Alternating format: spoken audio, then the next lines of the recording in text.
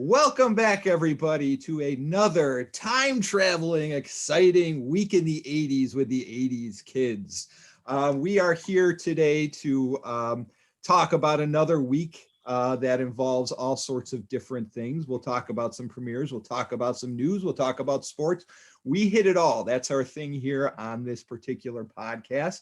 My name is Kyle Lintz, as you know, and my co-host here is Rich Oliver.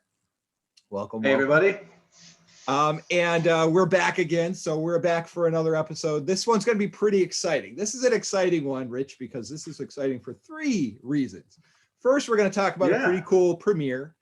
Second, we're going to be inviting a very special guest in. And third, it's our first guest we've ever had on our podcast at this point. It is. And what a way to kick it off, too. Yeah, we got a pretty exciting guest. So let me introduce our guest before we get into the big segment of the week this week. So our guest is pretty well renowned. He's a person that's been in the industry doing voiceover work for decades now, right? So he's most known for the particular series we'll be talking about today, which is Thundercats. He's also known for his work in commercials. He's the Skittles guy, right? That's one of your big things now. You're our Skittles voice. Yeah. And he's also known as Sonny the Cuckoo Bird, as well as Count Chocula in the cereal commercials. And he's here joining us today to talk a little about all this excitement. Not to mention, too, you also did Imus in the Morning for a number of years too. That was 35 years. That's a wow. That's an awesome legacy right there. Yeah. So let me just welcome Mr. Larry Kenney. For those that haven't figured it out yet, thank you for joining us here on our meager little podcast. It's my pleasure, guys. Yeah, my pleasure. Kyle, of course, you and I go back a long way. We go back a ways. We met a long time ago, and we did. And Rich, I'm just meeting tonight. Yeah, we went back. We worked on a little project together. Nothing huge, but we got to know each other a little bit. We've kept in touch over the years, and we just send a nice holiday message, happy birthdays, things like that every year. So we like to keep in touch, and you know, and when we decided we wanted to start to branch out this podcast, since it's pretty broad, we stretch a pretty broad net on the show, you know, and what we deal with. We always talked about, hey, we should start inviting some guests in, and the first person I thought of was you. So wonderful! I'm very honored to be your first guest. We're excited to have you here. So, and that brings us up to what we're going to be talking about this week. So, this week is going to be September 9th to September 15th, 1985, and in that particular year, the specific show that we mentioned premiered that year, and that's the big one we're talking about, which is Thundercats. Thundercats was a huge show in the 80s. I mean, and was this your first animated show that you worked on, or was this it was my first animated series. Of course, I had been doing animated characters, Count Chocula and Sonny the Cocoa Puffs Bird for about 5 years before that, but this is my first animated series. So, and this ran for a number of years. I mean, it ran from 1985 to 1989, which is pretty good for a show that's in syndication, an animated show in syndication for that time. Because most of them would pack it in a year, you know, 1 year and done. And you know, this one went for seemed to be the trend in the 80s. Yeah. So this show was a lot of competition back there. There's a lot of competition back big time, then, and nothing to sneeze at either. I mean, 130 episodes, which is pretty impressive. Impressive. Well, as a matter of fact, as you mentioned, the show premiered on the air on I think it was on ABC first, wasn't it? I don't recall. May have been. But September 9th, or the week of September 9th through the 15th, as you mentioned, of 85. But we started recording it in 83, very late 83. No kidding. Really? Yeah. That far out. Yeah, a few people realize that. I'm not sure exactly why, but we did 13 episodes before we did more. Whenever you do a TV show of any kind, you do 13 episodes to try to sell that to the network. And of course, now the networks are making their own things. But so you had to do 13, and then if they didn't buy it, of course, it's all over. And if they decided they want more, another 13 weeks or 26 or whatever, then you got to really start busting your butt and making lots of them. Sure. So Now back then in the 80s, that's just old school animation, all hand drawn back then. So were you doing the voices before they did the art? Yes. Is that why you did it so far out? yeah, you always do that with animation. Okay. It'd be impossible almost to, for Right. actors, to watch the screen and try to match, the lips. It Sure. wouldn't be impossible, but it would take forever. Yeah, Right. yeah. So yeah, we do the voices first. So we had already done probably 6 or 7, maybe more episodes before we ever saw one completed, okay. put together. And then that was a blast. The first day we got we were like a bunch of kids in the studio, going, oh my God, it looks great. Yeah. So, And now you played the character Lionel. That was one of your which was the main character of the show. He was it started out with him as a young child who then went into the hypersleep and then woke up and he was an adult, nice and buff too, which is always interesting. Hypersleep, he's still ripped when he comes out of this. but still with the mind of a child, yes. 7 or 8 year old. Yeah, which was kind of cool that they actually kept that within there. So as the he's first, going through, go ahead. I'm sorry. The first few episodes, I had to play him as a 7-year-old boy, which was kind of fun to do. It was the same voice. I had to keep the same voice, Right. but kind of talk like this. Gee, Jaga, I don't know if I can do this job, kind of like that. And that was a lot of fun. And then we gradually made him, a little older each episode after that. Yeah. And they really, and this was cool too, because they actually built some of the story as the show went on. I actually recently rewatched it with my 5-year-old son. Oh, great. Yeah, and he actually loved it. He got into the characters, really enjoyed the stories and everything. So it shows how well that show transcended even, decades later. It still really works for kids.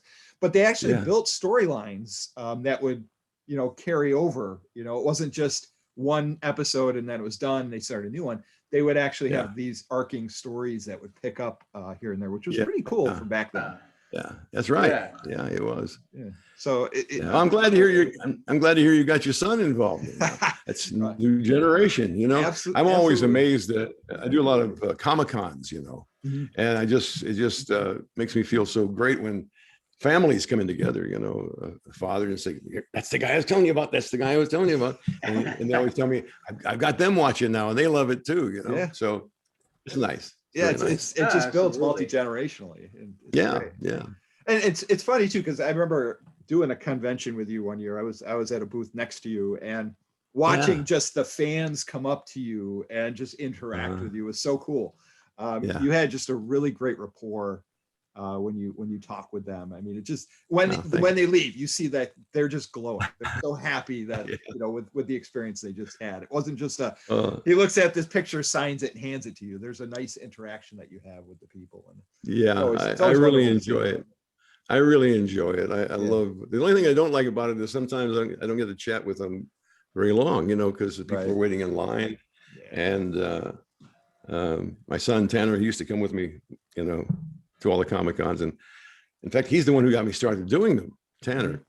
This is 15 years ago, something like that.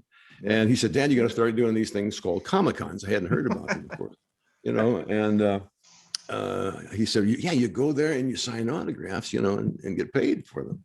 I said, I don't want to do that, because for 30 years I've been, whenever somebody contacts me with a letter or now email, of course, could I have an autographed picture? I say, sure. I mean, people from all around the world. I've sent pictures to Sri Lanka and everything. Awesome. But I don't charge anybody for it. And in fact, I pay the postage and I pay have them printed. I just feel it's my obligation to fans of the show. If 35 years later, somebody is sitting down and writing me, gee, man, you're one of the best memories of my childhood and all this kind of stuff. What am I going to say? No, give me $10. That's some commitment. Yeah. At that point. Yeah. So I said, Tanner, he said, Dad, you don't understand this Comic-Con thing. That's what it's about. People come to these things to meet people like you that they're never going to meet anywhere else. And there are other celebrities there that they want to get autographs from too and everything. And that's the understanding. These guys charge money. Us guys charge money to get autographed. So at first I was still leery, but I went to the first one with him in New Jersey and I made him take the money from people. Oh yeah. I couldn't get myself to sign the thing and then hold my hand out, you know. Right. So, but then I began to learn, you know, Yeah.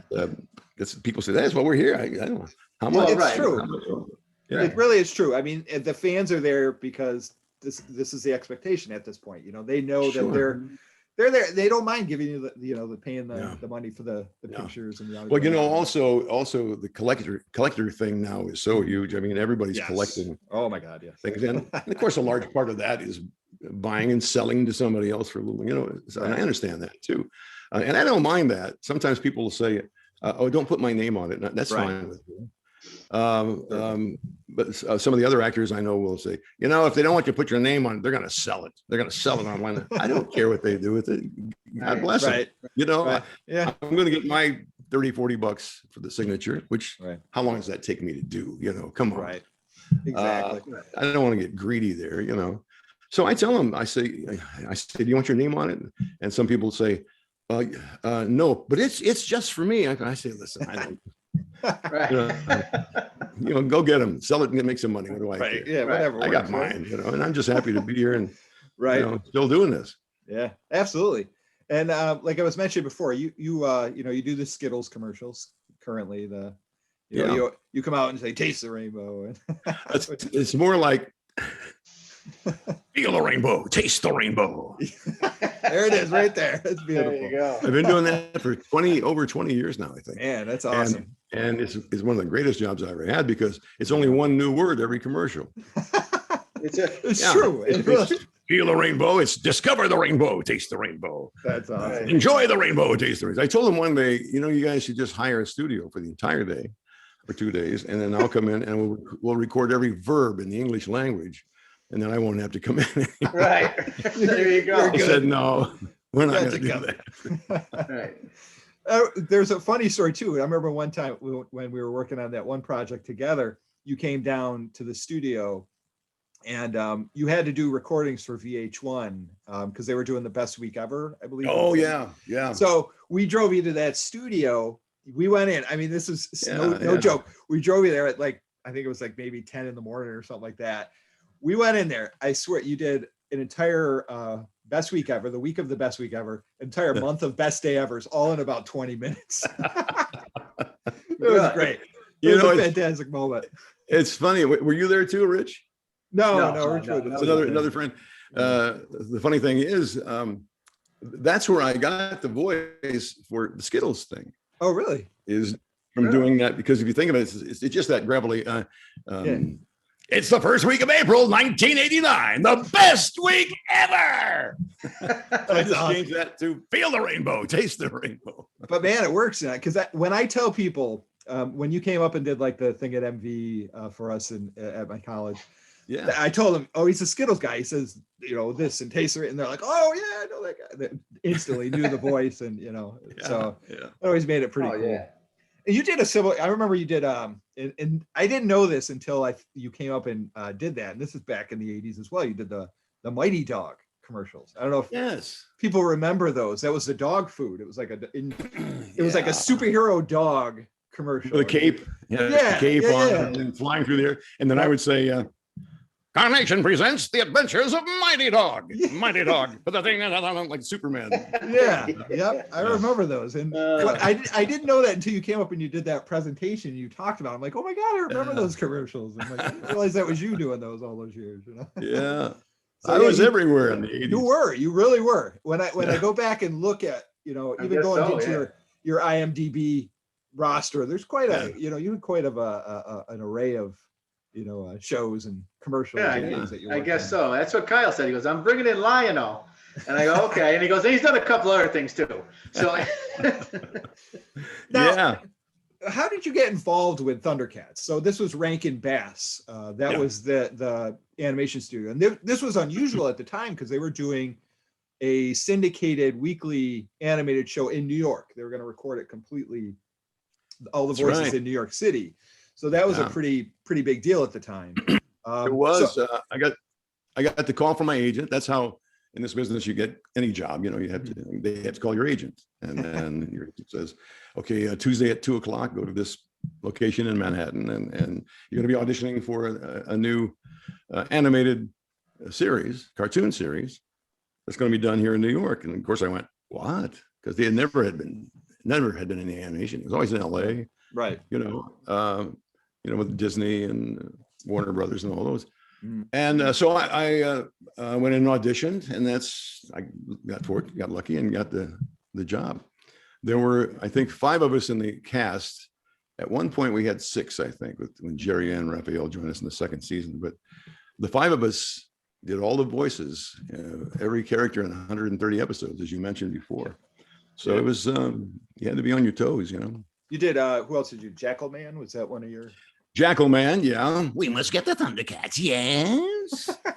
And I was Safari Joe, remember That's him? right. Yep. Go on with it, what? Yeah.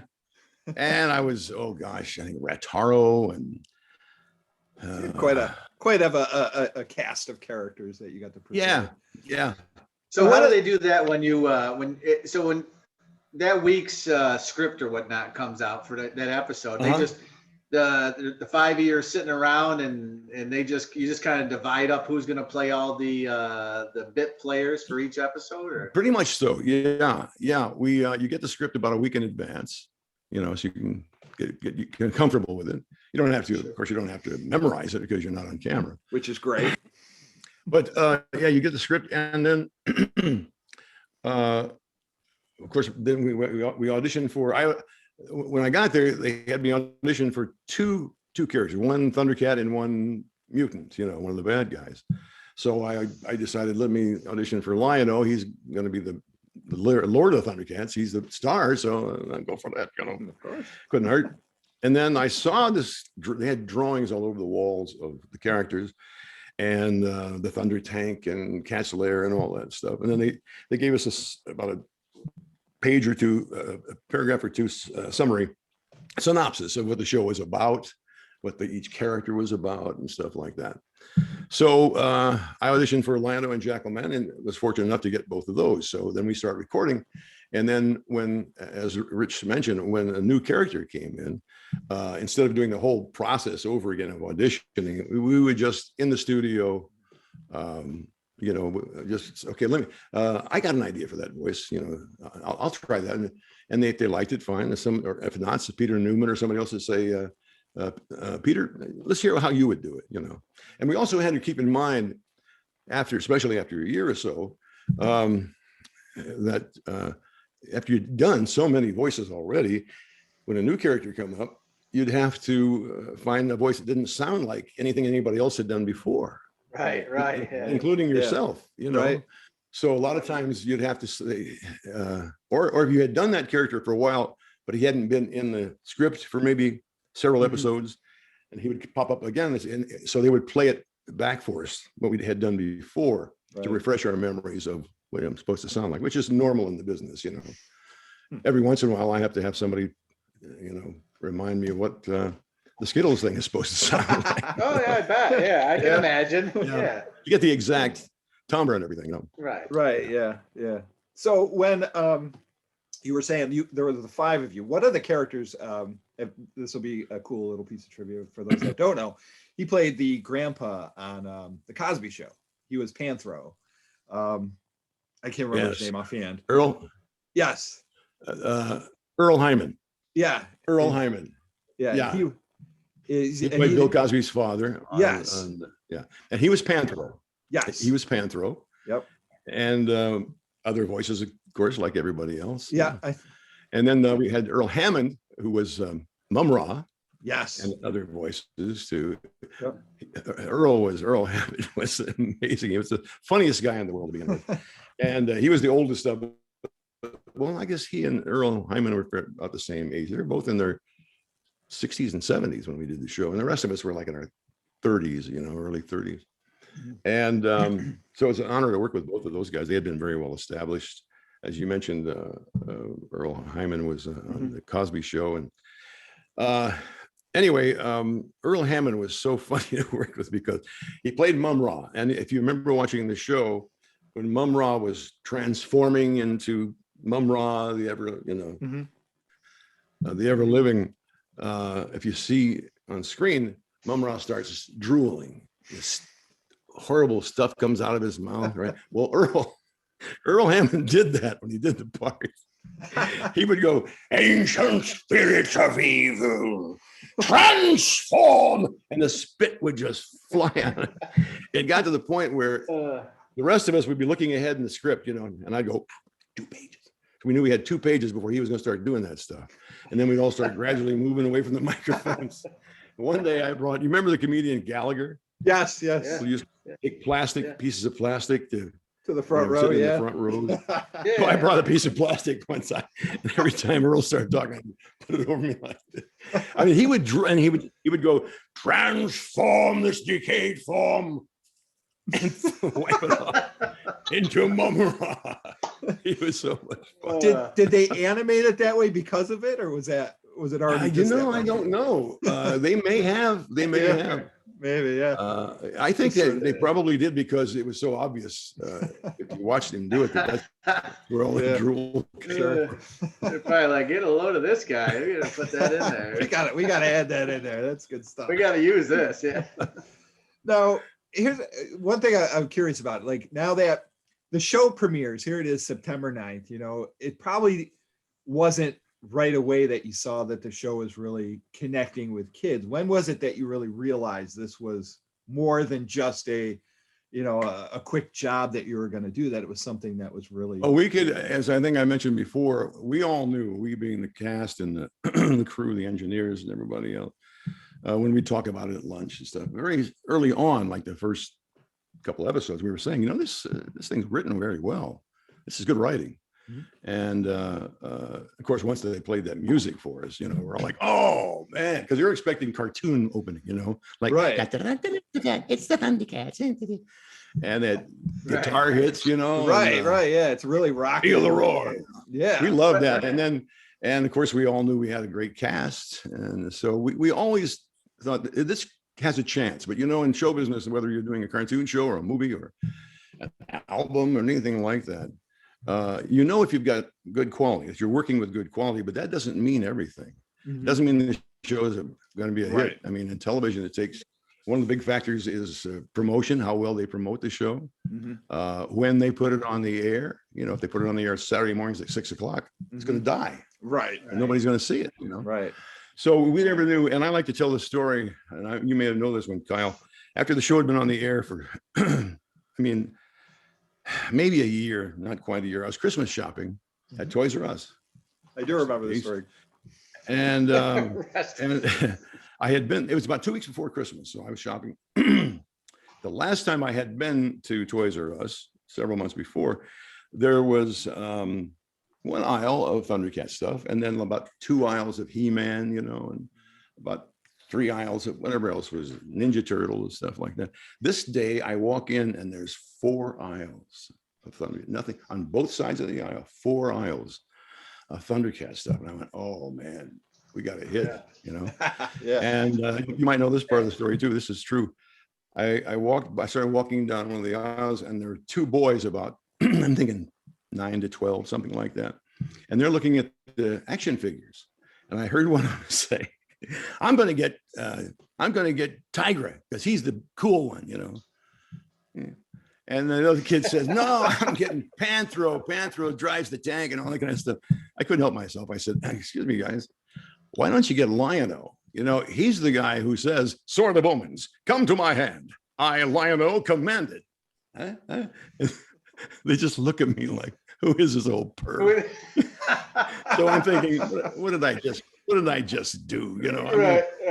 Security guard's going to be coming up in any minute.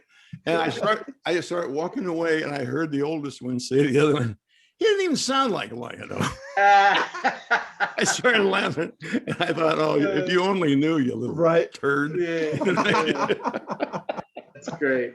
That's a great, that's awesome. Now with the cartoon was created by itself, and then the toys came out. It wasn't to support a toy line right off the bat. Right? I really can't answer that. I would have years ago. I would have told you. I'm sure that's what happened. Once the show became a hit, they started doing the toys. But looking back at the way this business runs, I don't think so, because I think it was planned all along. Okay. I think they the came reason I out. tell you that is I think it was in tandem they came out. I could be wrong, but I think so. Which Pretty meant sure. they had to plan it and have the toys Sure. ready, you know. Sure. So let's say probably after maybe the first 6 months, and the numbers were great. It's going to be a hit. So then they probably started making the toys. right. But the reason I say that is when the 2011 reboot came out, Right. Yes. in which I played Claudius, Lionel's father. in Yes. that one. King Claudius. yeah. Great series. I thought it was a great series. It was I thought that was gonna last fantastic. a long time. I really I thought thought that so was going to too. go further than it did. It was fantastic. Well, I didn't. Part of it was promotion. Not Comedy Central. Cartoon Network didn't really promote it that well. yeah. You're right. But secondly, the numbers were still good. The ratings were good, but the toy sales were not real high. Right. And that's what That's rules the business these days. Yeah. You're right. You're Yeah. right. But Yeah, but it's a shame. fortunately, in that line, you did get the action figure. They did make a King Claudius action. Yes, they figure. did. Yeah, It's kind of yeah. cool. I know. So at least you got to that point. Yeah, Yes. I was only on nice. about 3 episodes. I think. Right. Yeah. So that's at least Because it was something. actually a prequel to the original series. Yeah. Claudius was still the Lord of the Thundercats and was trying to decide who to hand the sword down to, Tigra or Lionel. Yeah. Well, we all know how that worked out. And So with that success now, like you said, you had sort of seen the toys and everything just exploding around you. yeah. Did you expect it to continue going as long as it did? Like for the 4 years. I mean, did you figure that, hey, we'll record a few more episodes, they'll just rerun the hell out of those and then. Well, simple answer to that question is one of the answers is that there was no way we could possibly have known. 35 years later, I'd be sitting here talking to you guys about Thundercats. Thundercats. Right. What was Thundercats? So there was no way anybody could ever know Sure. it was going to remain that popular, and it wouldn't have if it weren't for technology, and computers and new television networks that would run things. Sure. Back then, if you remember, not everything had reruns. Right. Right. And even the ones that did, if you missed the show, you might catch it on reruns. But if you missed the rerun, there was no videotape. Right, There that was no it. VCR. Right. Yeah. Yeah. That was it. Yeah. Right. The benefit of So, something like Thundercats and those types of shows in the 80s was that they would be on multiple networks. The syndication allowed them to have, Yeah. that benefit of so you could catch it at 3:00 on this channel and then 5:00 on this channel or whatever. So you Yeah. could kind of catch it almost 2 or 3 times in the same day if you were lucky. Yeah. So that Yeah. definitely Right. helped them back in those days. And now, of course, you got the streaming Of course, yeah. outlets. Right. Oh, yeah. You can watch it on Netflix, I think, Roku. Yeah. Oh, I think we watched it on Hulu. We watched Hulu. That's right. Yeah, the Right. series. And the Which beauty is- of it, now you could just watch the whole season right in an afternoon. Yeah. So Right, that's- you could- that's yeah, the you beauty of those. You could watch 10 episodes in a row. Where back then, Yeah. we had to wait till tomorrow to see, part Yeah. 2 of this episode and that episode. Yeah. Well, when I was a kid, this is back when everything was black and white. I'm not just TV. I mean the world. There was no color. And I remember. Well, let me put it this way. One day I came home and my kids were watching The Wizard of Oz. Okay. Yep. And at one point, my son says, "Let's pause this and go." I said, "No, you can't pause The Wizard of Oz." He said, "Well, we can rewind it." "No, you can't," because when I was a kid, it was on television one night a year. Right. It was a Sunday night, and for months or for weeks and weeks, they would promote it. And don't forget now, Sunday the 25th or whatever, and you would be home to watch. I mean, families would, Yeah. cancel things. Stores would close Right. because everyone wants to be home and watch The Wizard of Oz. So here are my kids playing around with it, like they're the god of Wizard of Oz, deciding who's going to play what. Yeah. It really freaked me out. But You even can't pause the Wizard of Oz. It's bad luck. That's right. it's wrong. It ain't, Even it ain't when- showbiz. I remember even when I was a kid, this was probably around 1983-ish, maybe 82, 83, when they first ran Star Wars on TV.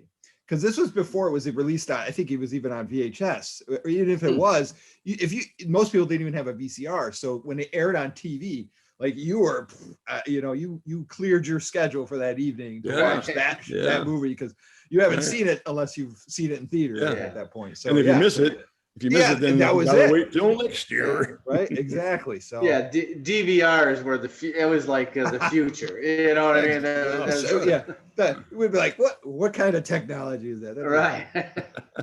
But yeah, it's pretty incredible how this has been able to just keep keep itself alive for as long as it has. Yeah. I know. I know in the 90s, Cartoon Network was rerunning them pretty regularly, so like this was probably about 4 or 5 years after it ended its run in syndication. And so it kept it alive. When you look at it, when I was looking back too, I was thinking, for the mid 80s, it was a unique style of animation too. Mm-hmm. It wasn't that just bulbous type of stuff. It was more like an anime type look to it. For that that era. Yeah, that's right, Rich. As a matter of fact, just the other day I was watching an episode, and I had forgotten how great the animation was in terms of the way it was drawn was great and everything, but the shots were like movie shots. Mm-hmm. Yeah, right. Yeah, different angles. And the angles exactly. From above and from below, you didn't see that in cartoon shows back then. Yeah, the thing too is I think the animation was so much more smoother, like the movements of the characters. Because if you watch something like Hanna-Barbera was doing back in those days, I think typically they animated at 12 frames a second. I'm almost thinking that they probably were getting up there at 24 to 30 frames a second. Yeah, when you look at like a Captain Caveman or something, they're all just walking straight across the screen type animation where it looks like they storyboarded Thundercats, where they had the look of different angle shots, like you say, and that gave a lot more to it. Oh, absolutely. And I think that's what excited kids too, is like those shows at that time were really getting more detailed, more involved. And I think it was like going to a movie every day. It was pretty exciting to be a part of that.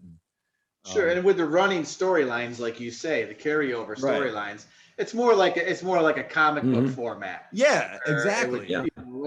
Instead of everything comes to an end at the end of the episode, we clean it all up. At least you have that cliffhanger effect where you want the kid wants to be there when he gets off the bus the next day to turn on the TV. Here's something too that just a little insight too is that the second season premiere episode, which was Thundercats Ho, 5-parter, that was originally intended to be a theatrical release, I believe. Mm-hmm. Now, how was that done when you were recording that? Was that all they were just like, hey, we're doing a movie? No, there was no. I don't even. I mean, they probably mentioned it to us, but so what? We're doing the same thing we're going to do anyway. You know what I'm saying? In terms of our performance and all that. Yeah. I think maybe if they had told us, I don't know, it might have messed with our mentality. I'm like, okay, this is a movie now. This is not just a TV show. You know what I mean? It's bigger than anything now. Yeah, but I guess because of the underplaying of Transformers, the movie, that summer, they opted to go with a 5-part episode. So they cut it into the 5 parts and ran it that way on TV. Yeah. But that was a big trend too back then, was a lot of the shows would get a theatrical release, but if it didn't always play big numbers for that. And it was always not like now. No, right? Yeah. Well, unless you consider the last year, because it's funny, you look at I'll still read some of the box office reports and like, hey, this movie made $5 million this week. It's a hit, and you're like a year and a half ago, that would have been considered a flop, Sure. So it's sort of changing that dynamic of how, we're looking at movies again. So right. Pretty interesting stuff. I don't know. Did you have anything else, Rich, you wanted to ask about Thundercats before we? No, I mean, like I say, just looking back on it, I mean, it was a great series, and I thought that was the question I had about the toys, because I always wonder, a lot of times back then they had a toy line waiting, and then they wanted, because I think He-Man, they did that, didn't they? Didn't they want to do that they put the toys out and then try to support it with the cartoon? Yeah. He-Man, G.I. Joe, Transformers, all of that. Yeah, you could kind of tell too that was the situation. But the Yeah. way yours came out, it almost seemed like it was intended to be more of its standalone series, and then Yeah, the toys. Like you say, An I'm sure afterthought. they had toys lined up. Everybody, Yes. yeah. I mean, but it seemed more you know. it seemed more like this show is so big they're going to sell toys about it. You know. Yeah, Right, right. conceptually it was Long years. definitely different than Yeah. than what you saw before. Yeah. But this was this because if it just a little historically, I think we talked about this in episodes prior, but the Reagan administration had actually lifted the ban because years before they couldn't create cartoons based on toys. That was a no-no. You could make a cartoon and then make Yeah. toys based on that, but you couldn't have Yeah. a cartoon based on toys. So Exactly. that lifted it around 1981-ish, and I think that's what He-Man came out about 2 years later. Yeah, Started there that was trend. there was a campaign, I think, mothers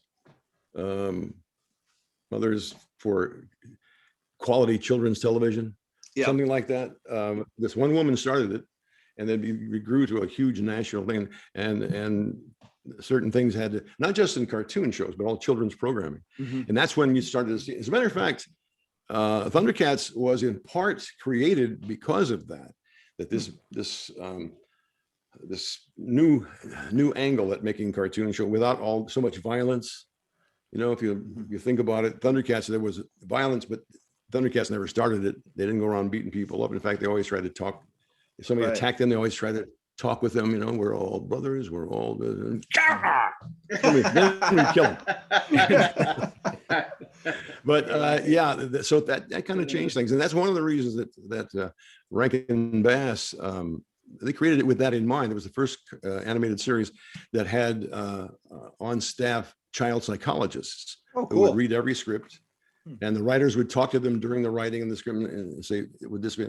And they might say, "I can't give you specific examples of what was cut out and everything," but they would say things like, "It might be, you know, for the age group you're going for, maybe not good reference to use," or something like that. Mhm. Right, And, sure. so they at least gave it lip service. You know? So that's Yeah. when it all started back then, Mhm. around the mid Yeah. '80s. Then. Oh, okay. And each like the end of the episode sort of gave them. It wasn't like a direct in your face lesson like in He-Man or G.I. Joe. They would talk about, hey, this is what Yeah. we kind of learned from That's right. this episode, which is Yeah, and pretty cool. well, the Code of Thundera was all a part of that. Yeah, it's true. Truth, honor, justice, loyalty. Yeah. What other cartoon show tried to implant in kids' minds the right way to live? I have people come up to me at Comic-Cons and on the street sometimes, and people of all walks of life, you know, doctors, mechanics, whatever, who tell me they grew up listening to it, and they say, "I got my moral compass in part from Thundercats." That's pretty neat. Yeah, that's Yeah, a know? that means a lot to me. You know, that's Yeah, why absolutely. I'm so protective of the legacy of Thundercats for Right. that reason. That's pretty heavy. At least they're not be like, well, I started smoking crack because I watched Thundercats. Right. You know, I've had over the years so many people, even before Comic-Cons and all that stuff, and even before computers and email, you know, back in the early 90s and everything, I would get letters from people who would tell me in varying degrees of detail that they did not have a very good childhood. And even if they weren't very detailed, I knew what they were talking about. You know, they're being abused or they're Sure. poor or whatever. And they would tell me, so many of them use the same exact words, but every day when I went into my room, closed the door and watched Thundercats for that half hour, those troubles were all gone. That's Yeah. And that, you know, That's- That's awesome. that's the heavy thing that I'll never forget. And I keep that in Yeah. mind, you know, when I'm talking about Thundercats. Sure. Well, that pulls at your heartstrings a little bit. Yeah, it there has to hear to. about stuff like that, right? If it doesn't, you know, you're not. Yeah. And that's Well, why we're talking about these shows decades later because of Yeah. the impact that they had like that on people. Yeah. Well, Yeah. and not to shift gears too much here, but I mean, Kyle was talking about your other voiceover work, but I mean, I didn't listen to that show, the IMS in the Morning. But what was your role with that for all those years? Comedy routines as various characters. I did them. Okay. Works. It's an old joke I used to do. This a cough button? It works. That's why I don't do it anymore. I'm sorry. What was your question before that dumb? Oh, just about your role on IMS in the morning there. Oh, yeah. You didn't watch it or listen No, to it. I never had a chance. It was on radio. He was on radio for 30, 40 years. And then we were on TV.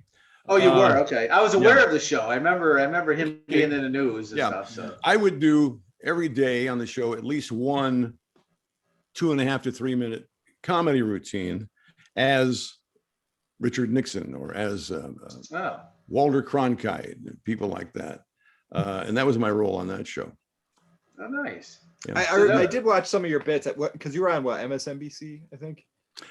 We were on NBC first, and then yeah. So I remember you in the one I remember you were in a military dress with the George Patton. Yes, there you go. Yeah, that was another of the characters I did. George Patton. Yeah, and I did him as George C. Scott did him because General Patton did not have. Everybody thinks that General Patton, whom my father was with his unit in the World War no kidding. II. That's cool. Yeah, my dad was in a tank, anti-tank tank, and he Patton actually had a high-pitched voice and he stuttered a little bit. There are one or two clips that you can find of him on YouTube. It's very funny if you listen to it because he'll get up on the Jeep, and he'll say, "Now, man, we're going to go over there." Really? The way George C. Scott did him, of course. Now you men are here to kill people. Right. We're Americans, by God. And Americans love to kill people. So get out there and kill people. That's the way. Yeah. That's awesome. That's how I always thought he was. Right. Yeah, exactly. I mean, so that's what we do. Yeah. But that time, I mean, you had a pretty lasting legacy with that show and with Thundercats. I mean, that's.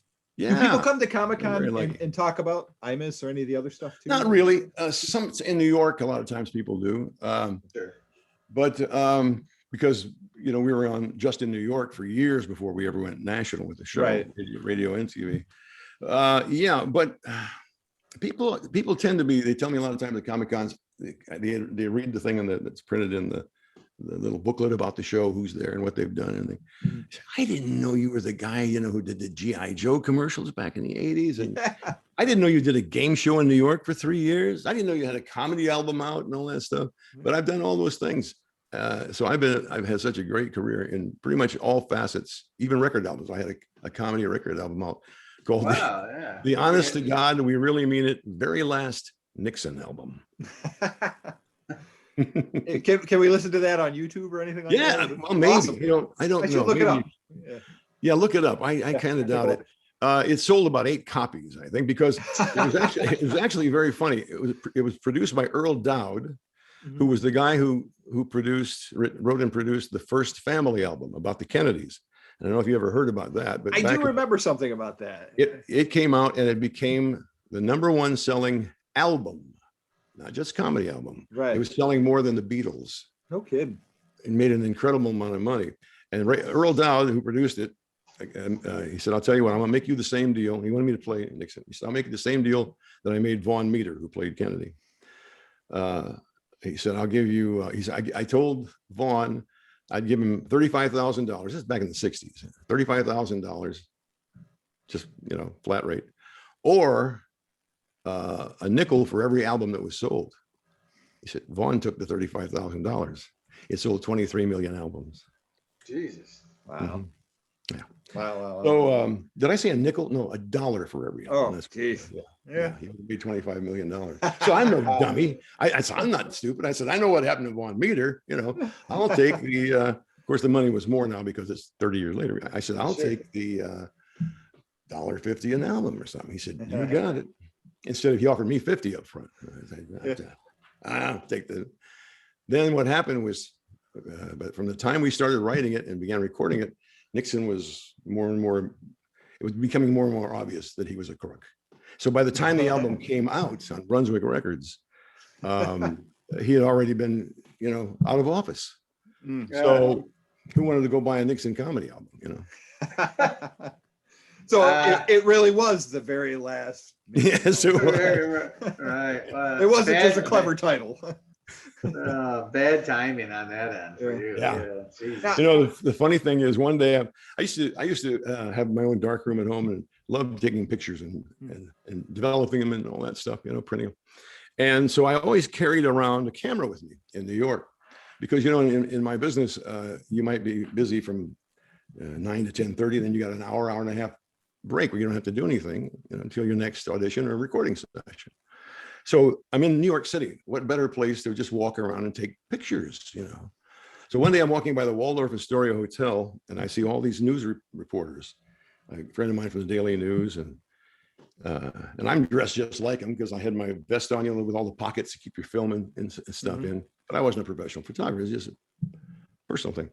And so I see this guy saying, "What's going on?" He says, "Nixon's about to come out. He's going to walk from here over to Simon and Schuster and sign the contract for his autobiography." So as we're talking, the doors burst open. A couple of Secret Service guys come out, you know, looking around like this.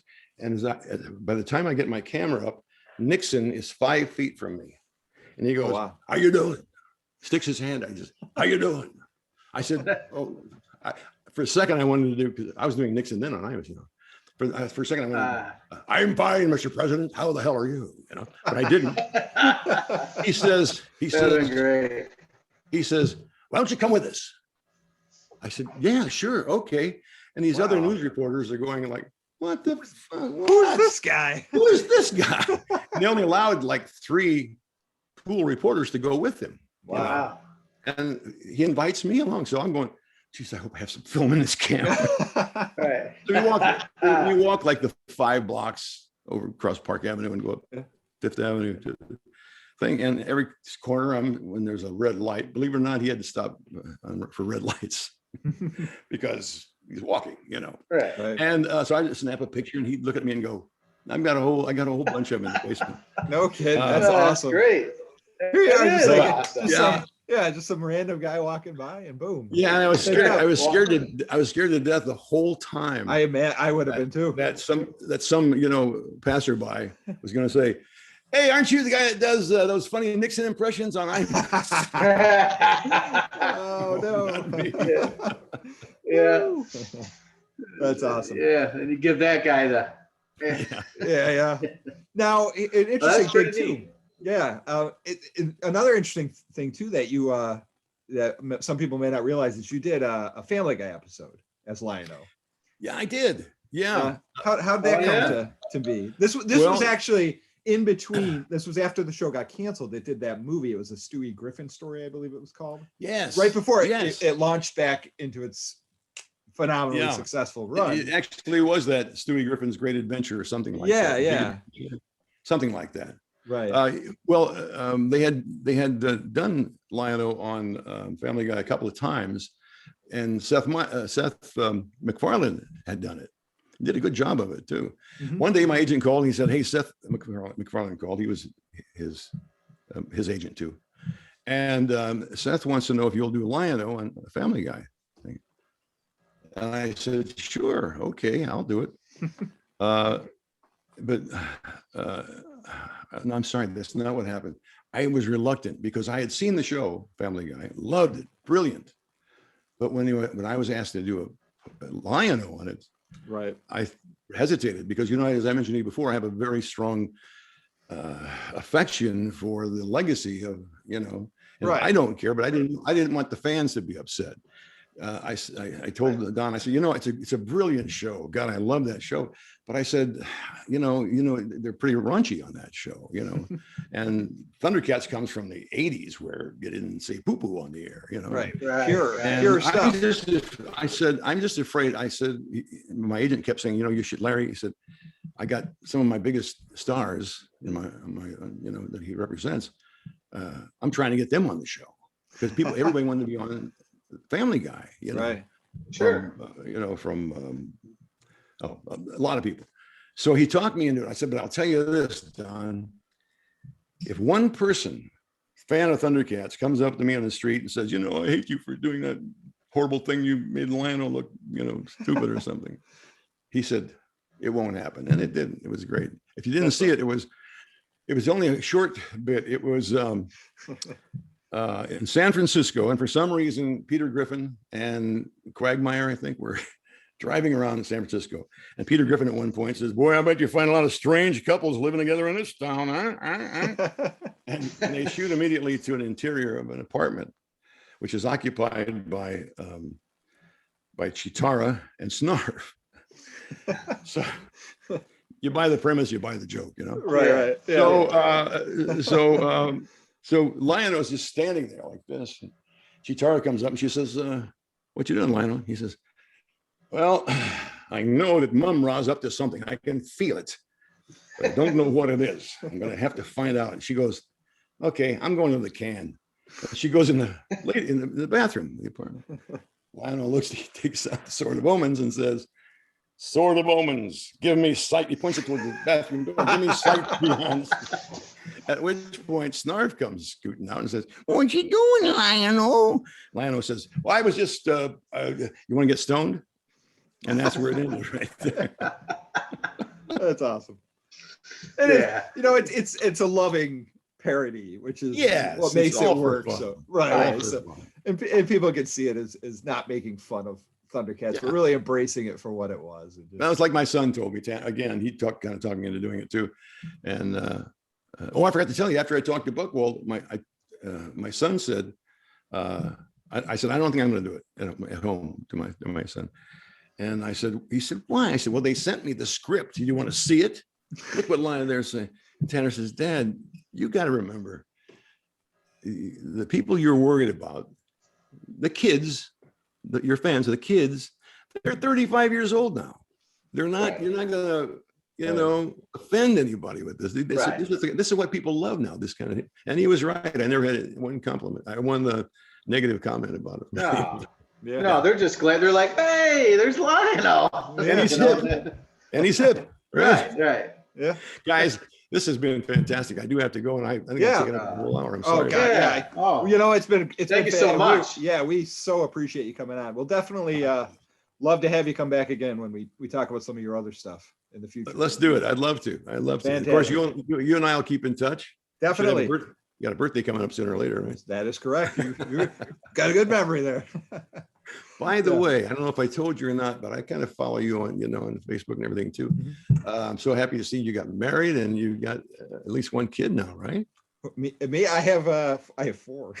Oh my God. Well, you mostly see. God bless you. I have the 2 young ones. There's 5. The one is 5 and the other one is almost 2. But I have 2 that are almost 16. Twins. I have twins that are 16. They don't like to come on camera too much. So you don't see them too much in here. Out nice there. Spaced them out nice. Yeah. Well, I don't know if I spaced them out nice. I was a little nuts, I think, in between. I spaced mine out nice. My oldest daughter, Carrie, the actress. Yep. You familiar with Kenney? Absolutely, because they just released the newer episodes of Reno 911 on Roku.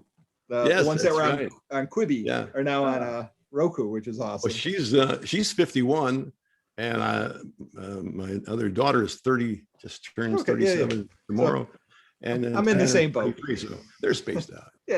Which is great, Guys, it was wonderful talking to you. And Larry, thanks so much. Thank you so much. We appreciate you coming on, and we are humbled at your presence. So thank you. But thanks so much.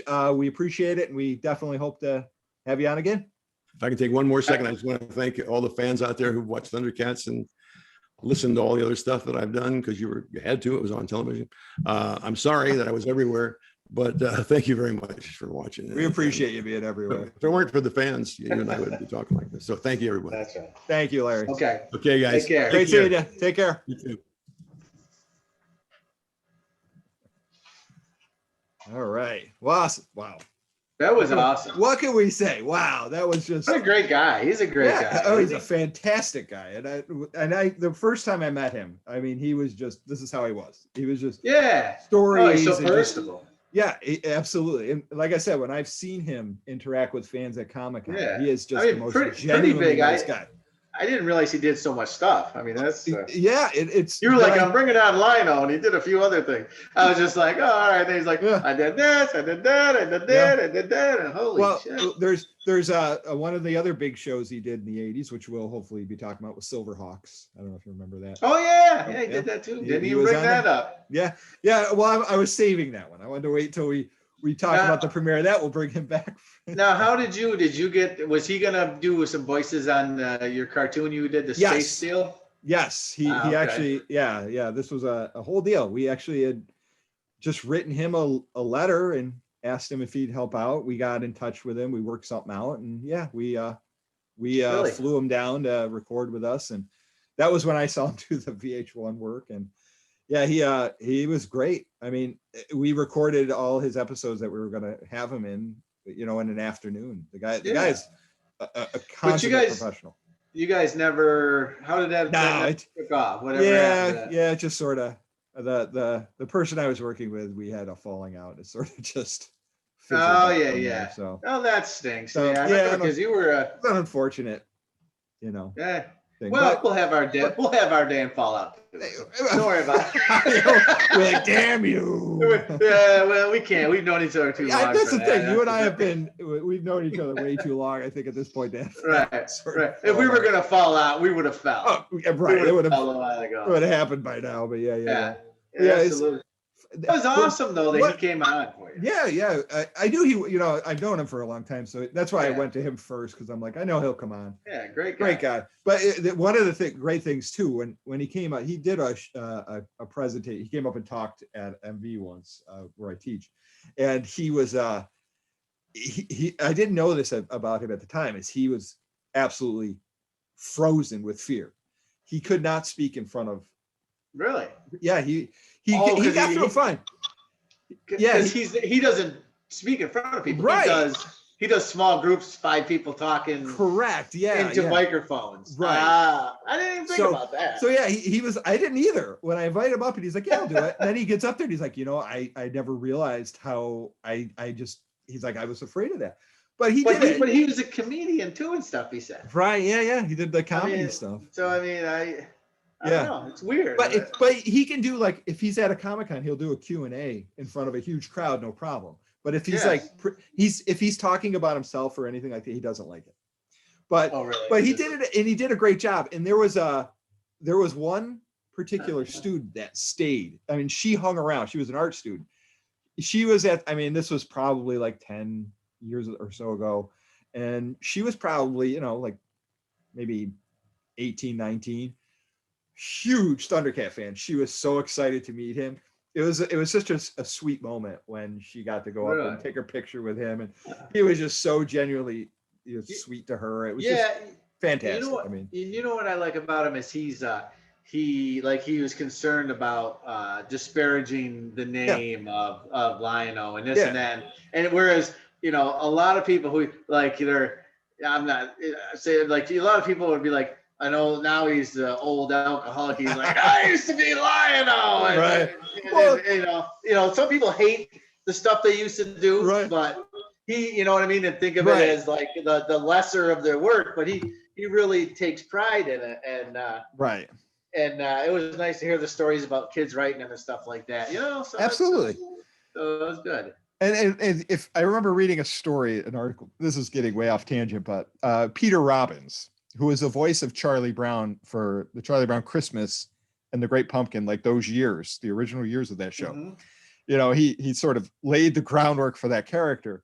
Sure. Like about 5 years ago, he got arrested for like threatening kids, like in his neighborhood. I'm like, that's the kind of thing you think these people become, because they're just you damn kids. But he's just loves what he does. Yeah, his daughter's fantastic. She does a lot of great stuff. And it's pretty neat that you had a pretty small experience with him, really, in the grand scheme of things, but you keep in touch. Yes, we keep in touch.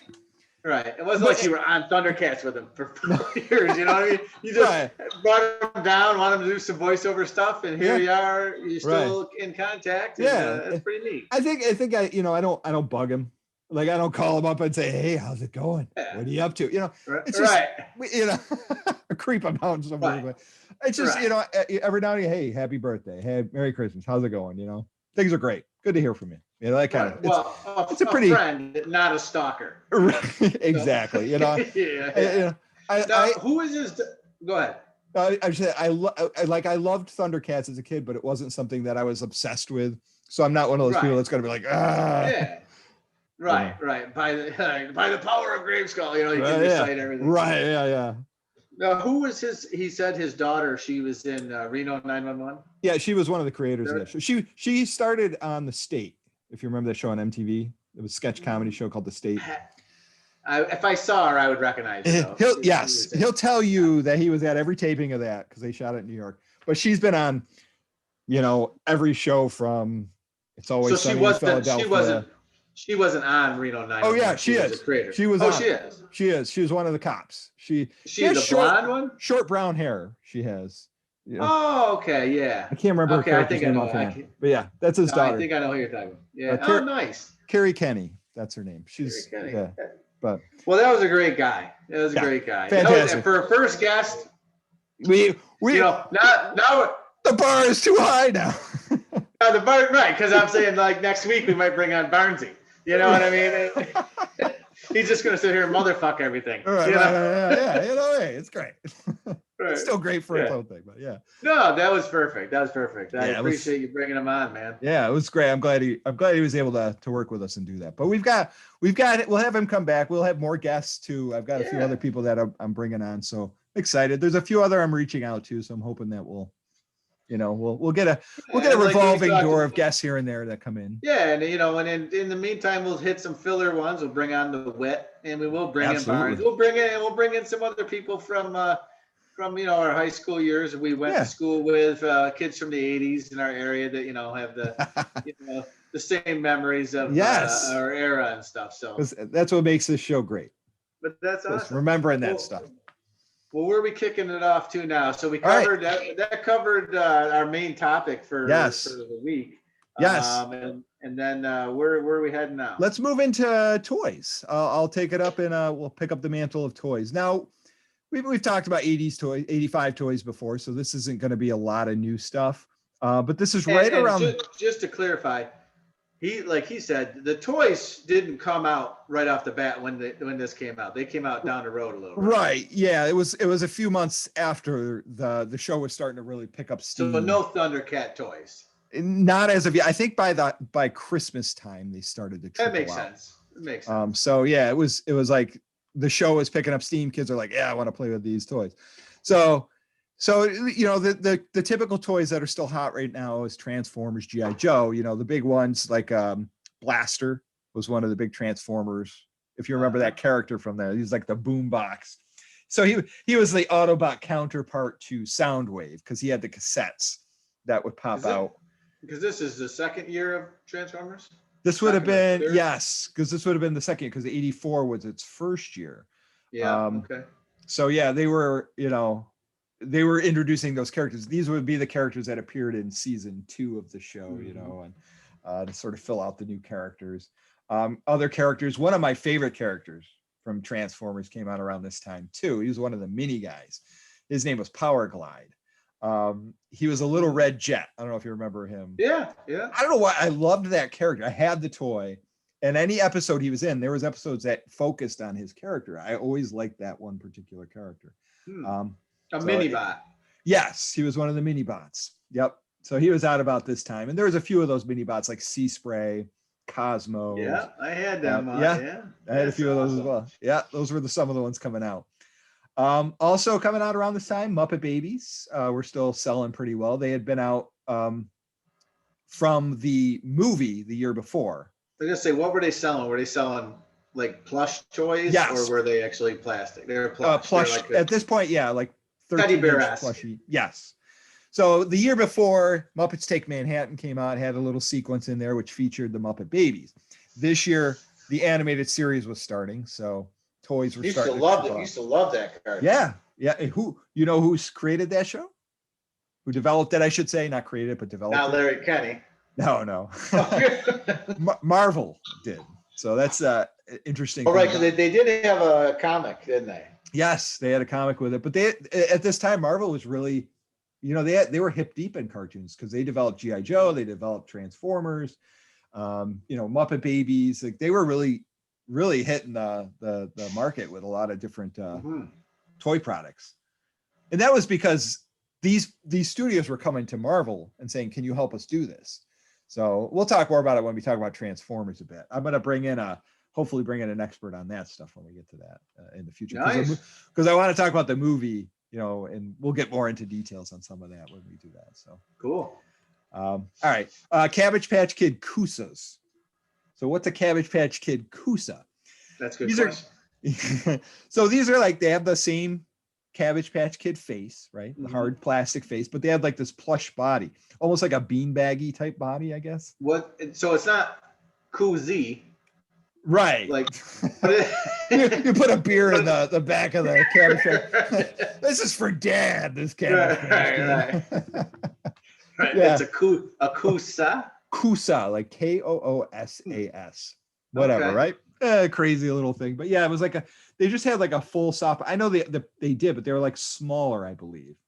So they were they just needed another way to sell Cabbage Patch Kids. Like little, I guess they were friends of Cabbage Patch Kids is how they were sold. So they were like they had little tails, but they had like a Cabbage Patch Kid face with like cat ears or something and a tail. So it was like a weird. Okay. Cabbage Patch Kid pets. Yes.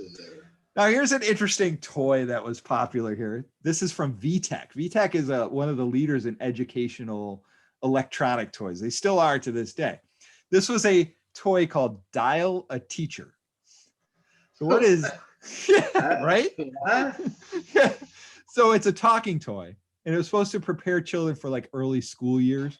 So they dial like that thing you had where you put a tape in it, like an 8-track. Remember that thing you used to have that would teach you lessons? Yeah. Oh shit! You know what that thing was? It was called 2XL. What's the name of that thing? But yeah.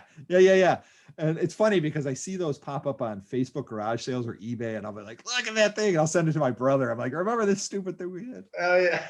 But I think this is similar in the way that it had like some sort of cartridge or something. I think you might have moved it with, but it had like a little touchpad, and you dial up you punch in a question, like a number that would ask a question, and then it would tell you a little about it. And you hit answers, it asked questions and you hit answers or whatever. But yeah, Dial a Teacher. You know how much this thing sold for?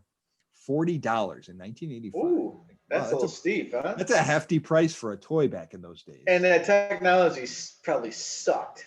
You know what I mean? I'm sure that thing didn't work half the goddamn time. Because I guarantee all the kids are just like, I like boobies. Ask about boobies. It's not. The sad thing about what you just said, I still do that with my kids' toys today. That's how. Then it's funny because they have this caterpillar, and it has it's 26 legs with all the letters of the alphabet on it on both sides. Okay. And all right. you can it'll phonetically say each of the letters. So of course I'm going to press F U C K, and it'll go and then it giggles instead of saying the K sound. Really? So it's programmed to stop you from doing that. From the dirty words. Right. That's funny. I'm like, they're forward thinking now. Somebody's finally caught on. Somebody's finally caught. Yeah, it makes me laugh because I'll try and fool it in some way, but no, they got everyone, man. Every word. There's one guy in those meetings, and he's just like, wait a minute, man. What if the kids just start saying fuck all the time? Right. And they're like, Johnny, yeah. You're going places. You are going places. You are the VP of the VP of dirty words. Get this man in office. You'll prevent everything from going through. All right. So I cut you off. So this thing, so the teacher thing here. Yes. $40 for that. $40. Yeah.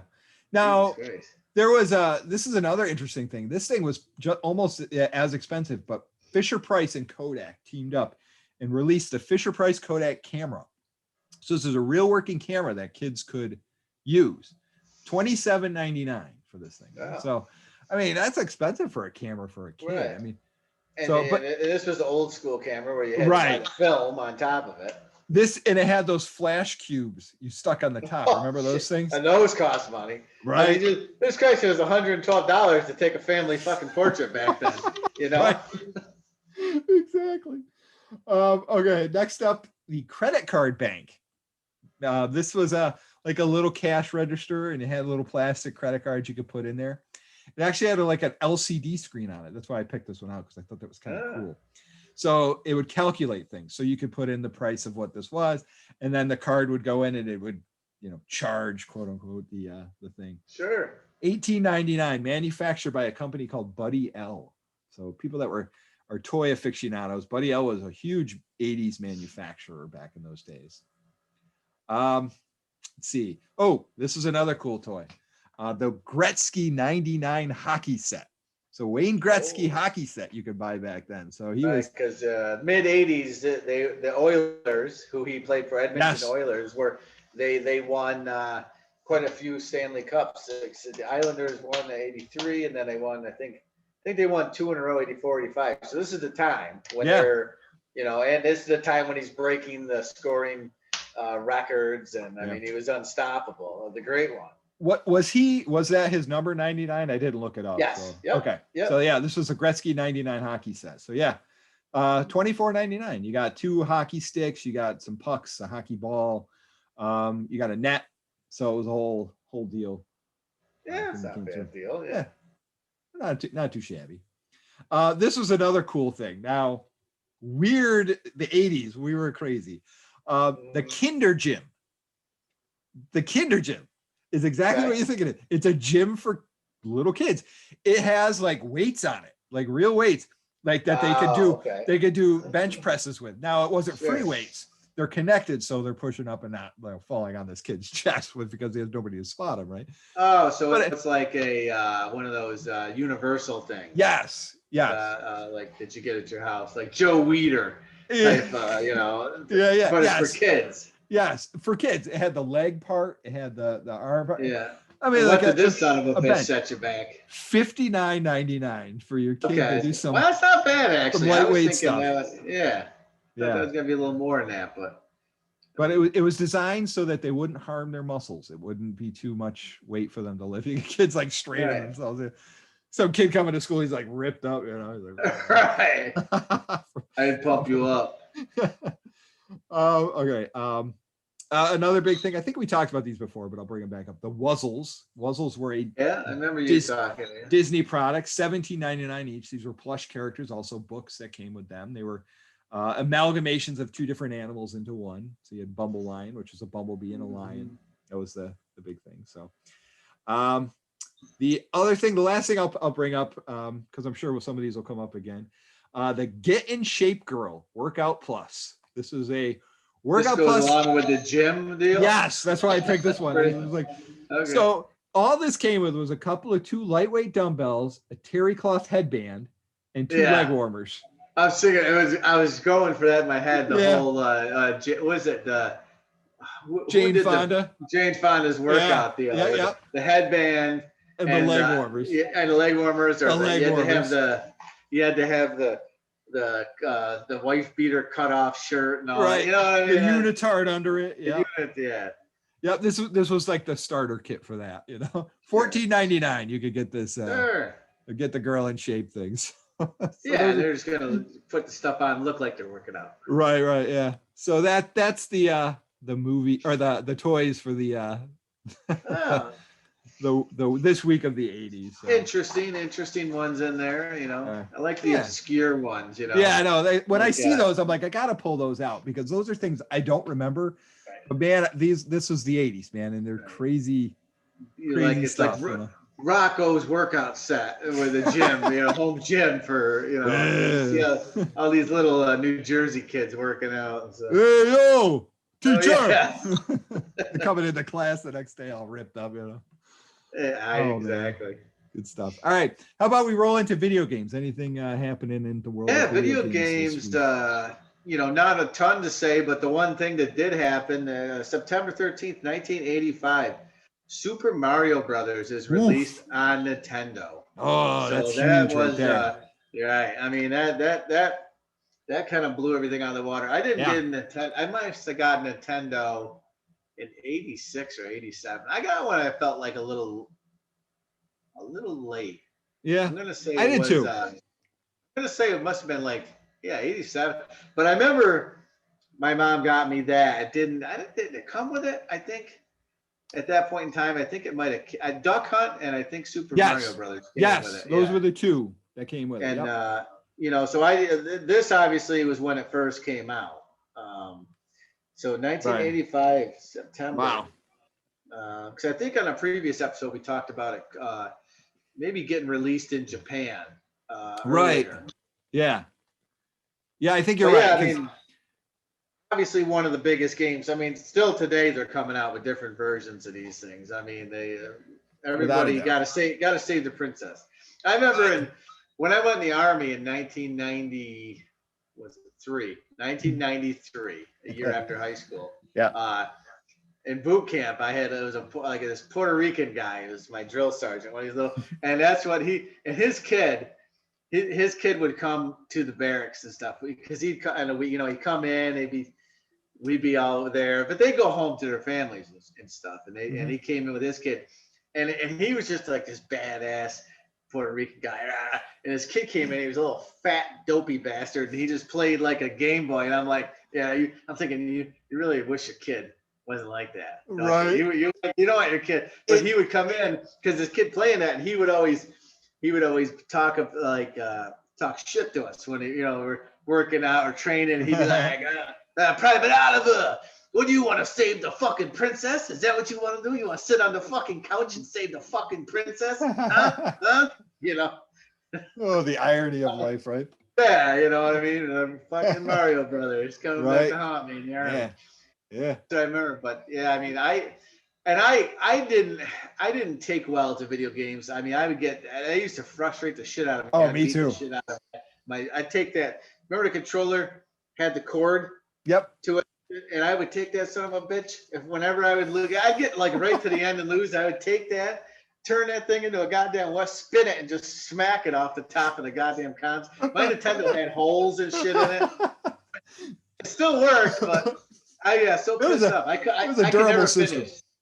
Yeah. I could not finish those things. I couldn't either. I'd watch the neighbor Jesse Dowd's little brother Jamie. Oh yeah. And that little fucker could finich the games. My brother could too. He would know the codes and stuff, and I would watch him play, and he'd go woo woo over here, and all of a sudden he's in this whole other magical world, picking up a million coins. I'm like, where the hell is? Right.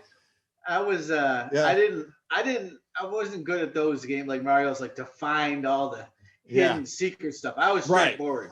Oh yeah, me too. Me too. And my brother was the same way. My little brother, freaking that kid could he'd wreck every game. He'd go in, he knew how to do everything. But I'd watch him and be like, I don't get it. I'm just like, I should be smarter than you at this. I'm an idiot. Right. Yeah. I'm with you. But so September 13th, that's a huge thing, Super Mario Brothers and American Society. Still going strong, man, that Mario Brothers. Oh yeah. Yeah.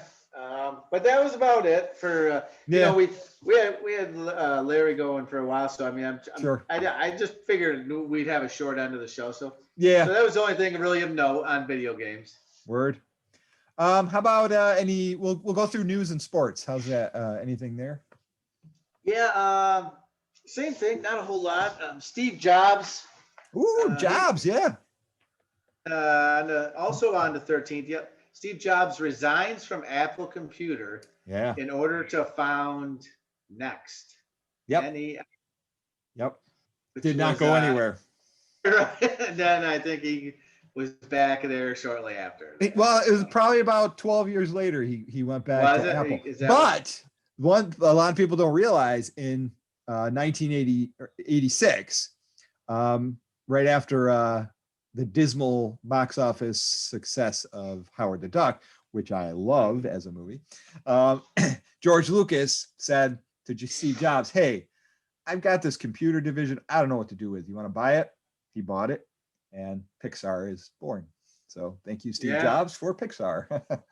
So yeah, it was Yeah, already he was- Pixar, but Well- George Lucas is like, I'm not going to do anything with it. Why don't you do something with it? I think he was one of those people that couldn't sit still. I don't think. No. Like so. He couldn't. So once Apple, by the mid '80s, Apple was kicking.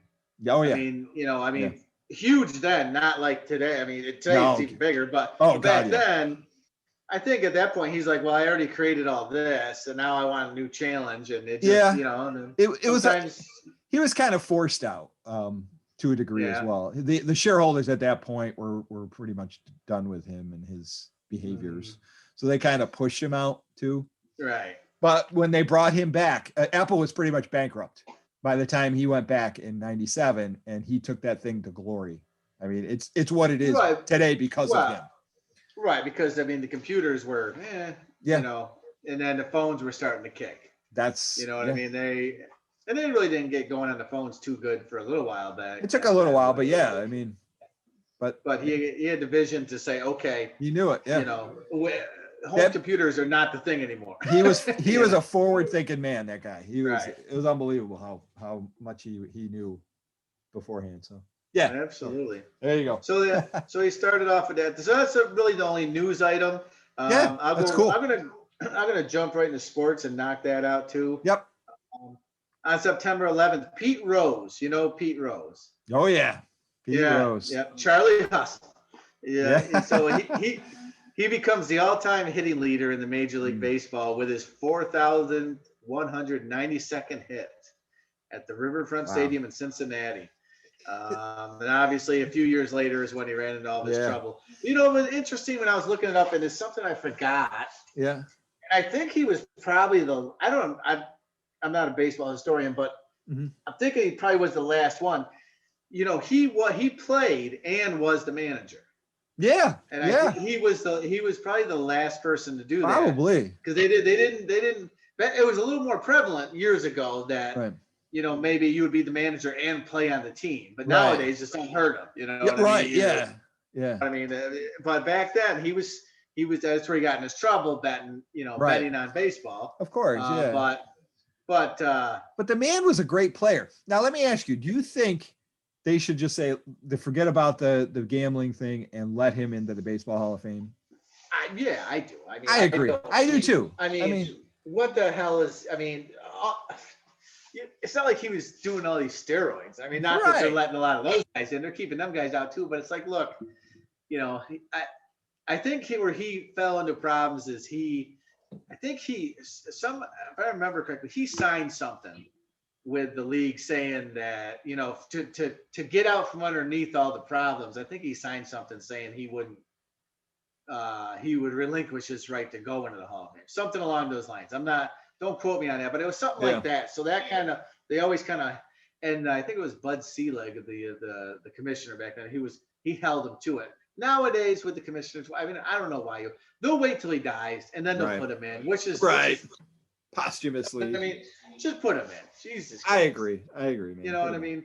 He said he didn't bet on his own team. I mean, if you're betting, that's the only way I think it's really, to me, is if you bet on your own team to lose and you did something to make that happen. Right. That's a problem. Exactly. Then I would say, he shouldn't be allowed. But yeah, he's the manager and he plays. But he wasn't even playing then. He was the manager. Right. If he was then with the Reds and he wanted to, and he was just betting on the Yankees versus Boston, but they looked down on the betting back then a little bit. I mean, you know what I mean? I don't know. Yeah, I know. Yeah. But I'm with you. Let bygones be bygones. I mean, Jesus Christ. Enough time has passed. Saying it's not like the goddamn the 8 men out Black Sox or whatever. Right. You know what I mean? Yeah. Put it purposely. But yeah, no, that was the only really thing. I mean, if NFL was going on right now, I think it was the first or second week of the NFL season, but I wasn't going to run through all that. But yeah, that stuck out. Old Charlie Hustle became the Charlie Hustle. So that wraps up sports. Do you want to do wrestling quick, and then I'll hit movies after? Yeah, movies wrestling. I didn't really get anything from wrestling. I looked. Okay. It was all just. It was all pretty much just house shows. Same guys winning, same guys losing. Cool enough. If we had if we didn't have a guest, I would have delved a little more deeper into it. But yeah, this is obviously the Hulkamania time too. So we're in Yeah, the thick of that. of course. All right, But you yeah, want to roll into movies then, or do you yeah. want? Let's knock out movies. All right, yeah, I'll hit movies and TV, then we'll hit music, and then we'll spin a racket. Spin a All right. racket. So Okay. let's do movies first, and we'll go down the Okay. list. So last time we were talking about Back to the Future, right? We talked about how that took a while for it to pick up steam, right? So that came out July 5th of 85. So we're now in September 9th, that week of 85. Right. We So- just were in 85 last week. Yeah, I forgot. yeah. So I mean, it's been a couple months. Number one movie this week, Back to the Future, still at number one. So this is showing that movie, it did finally blow up, even though it was only $3 million that first week. Here it is, and it's now made almost 150 million at this point. What was the naked vampire movie that came out? A Life Force. I was thinking about that last night. Like, Yeah. how was the name of that movie? Life Force. Beat out Back to the Future. Yeah, Life Force did, right? Wacky. Now, this is the coolest thing about this week. Number 2 movie this week, Teen Wolf. So Back to the Future and Teen Wolf, number 1 and number 2. Michael You J. want to talk about killing it? Yeah, right there. Killing it. My God. This is Michael J. Fox has arrived, basically. This is like, you have arrived. You are Hollywood royalty. And that's another movie that, how can you beat Teen Wolf? Yeah. You know what I mean? It's a great comedy. Now we'll probably talk about this more when we actually talk about the release of Teen Wolf. But remember when we wrote a sequel? Oh yeah. Yeah, we'll talk about that. We'll save that story for the future. But yeah, good stuff. So this has been out for a few weeks. It's made 23 million as of this point. Let me see exactly how many weeks at this point. It has been out for 4 weeks. 23 million. So that's pretty good for back in 85. Number three is another classic. Pee-wee's Big Adventure. Number 3. Pee-wee. Fantastic movie. Oh, great movie. Great movie. Still great. This has been out now for 6 weeks. It's at 33 million. Yeah, 85, hitting a great one. This was a movie that really introduced the world to Pee-wee Herman. So this is what led us. The show was on. The show didn't start until I think it started in 86. So the movie came out first. Yes, and this was first. Then you got the show after that. You ever watch the old stuff like Pee-wee's Playhouse was like some grown-up perversion comedy? Oh yeah, it really. Yeah, you watch it now, you're like, wow. I can't believe this is on TV. The sailor was Phil Hartman.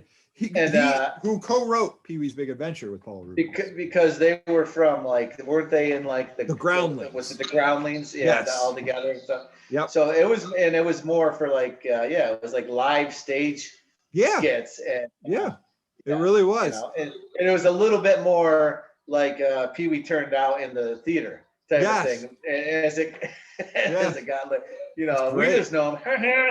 Saturday morning, all the crazy. Yeah. Awesome. Number 4 movie this week. I know the movie, but I don't remember. It's called Compromising Positions is the name of the movie. I remember the name. Yeah. Didn't tell you anything about it. I think it was it was an R-rated thing about sex in some way. I don't remember much about it. Okay. No vampires in this one. No naked vampires. But we're getting into naked aliens in our next one. That is number 5 movie this week, Cocoon. If you remember Cocoon. Cocoon. I think we talked about that before. Yeah. It's been out. So it's earned at this point over $72 million. So it's a pretty good box office hit. Yeah. Number 6, Year of the Dragon. Not familiar with this one. It's been out for a couple weeks, 16 million at this point. I know. It's one of those ones. I know the title, but I can't. Is it based around a Bruce Lee thing? I think so. I think so. Something along those lines. Yeah, we were still kicking karate in the 80s and stuff. Yeah, we still were. Number 7, comedy classic starring Tom Hanks and John Candy, Volunteers. I don't know if you remember this movie. I don't remember it but I remember the title and everything. Yep. Yeah, it's weird. It's not the greatest that as I remember it to being, but it still was some funny moments. I mean, how can I you mean, go wrong John with Candy. John Candy? Yeah, John I Candy was mean, always great, no matter what. Number 8 this week was Silverado, if you remember that, Western. This was back when Westerns were kind of, passe. They weren't making them as they much were, as they did. I think we were just talking about Pale Rider in the last Yes, episode. Pale Rider weren't was we? last. I mean, Yeah, yep. and that, so I mean, this was, I mean, Clint Eastwood was probably the last cowboy. Yeah. I mean, unless you want to go like Wyatt Earp or Tombstone in the early 90s. Yeah. But I mean, as far as like Yeah. cowboy movies, there wasn't a lot. I mean, Clint Eastwood was the last guy that really. He really, yeah. He made Unforgiven in '93. He was still making those. Yeah. So yeah. Because before that, it was, I mean, John Wayne. You know what I mean? But right. You know, it was hard to make a good cowboy movie. It really was. Yeah. Westerns were hit or miss. I mean, they were either really good and they did well, or they just completely tanked. So yeah. We'll talk about some that come up in the future, the Young Guns movies and things like that always hit home here and there. But yeah, there was a few. Number 9, American Warrior. Not familiar with this one as well. No. So it's only, it's a smaller hit movie, only been out a couple weeks. Yeah, okay. Number 10, Rambo First Blood Part 2, still in the top 10. Yeah, when did that come out? So this had been out since about April, I believe. So it was okay. It had been out at this point 18 weeks. Because I'm thinking it's about 150 million at this point. So it's a pretty that's a box office champ. Thinking to myself, why is American Warrior ahead of Rambo? Yeah, right. Yeah. Okay. I just hit a couple more real quick. Number 11, the Ghostbusters reissue. So they re-released it for a couple. So this was back when they did that regularly. So re-released, made $7.5 million for a re-release, which isn't bad. Yeah. And number 12 was a brand new movie, Agnes of God. Don't remember much of that one. Another drama. My parents watched it. I know that. All right. I remember the name of the movie, but I couldn't tell you. All the rest of the top 15 are all brand new movies. Agnes of God, After Hours, which was a Martin Scorsese film, not a big hit. Plenty, and Mishima, A Life in 4 Chapters. That's the rest of the week there. Could have been A Life in 1. I still wouldn't have seen it. Right. Yeah, right. I'm not watching that either. Okay.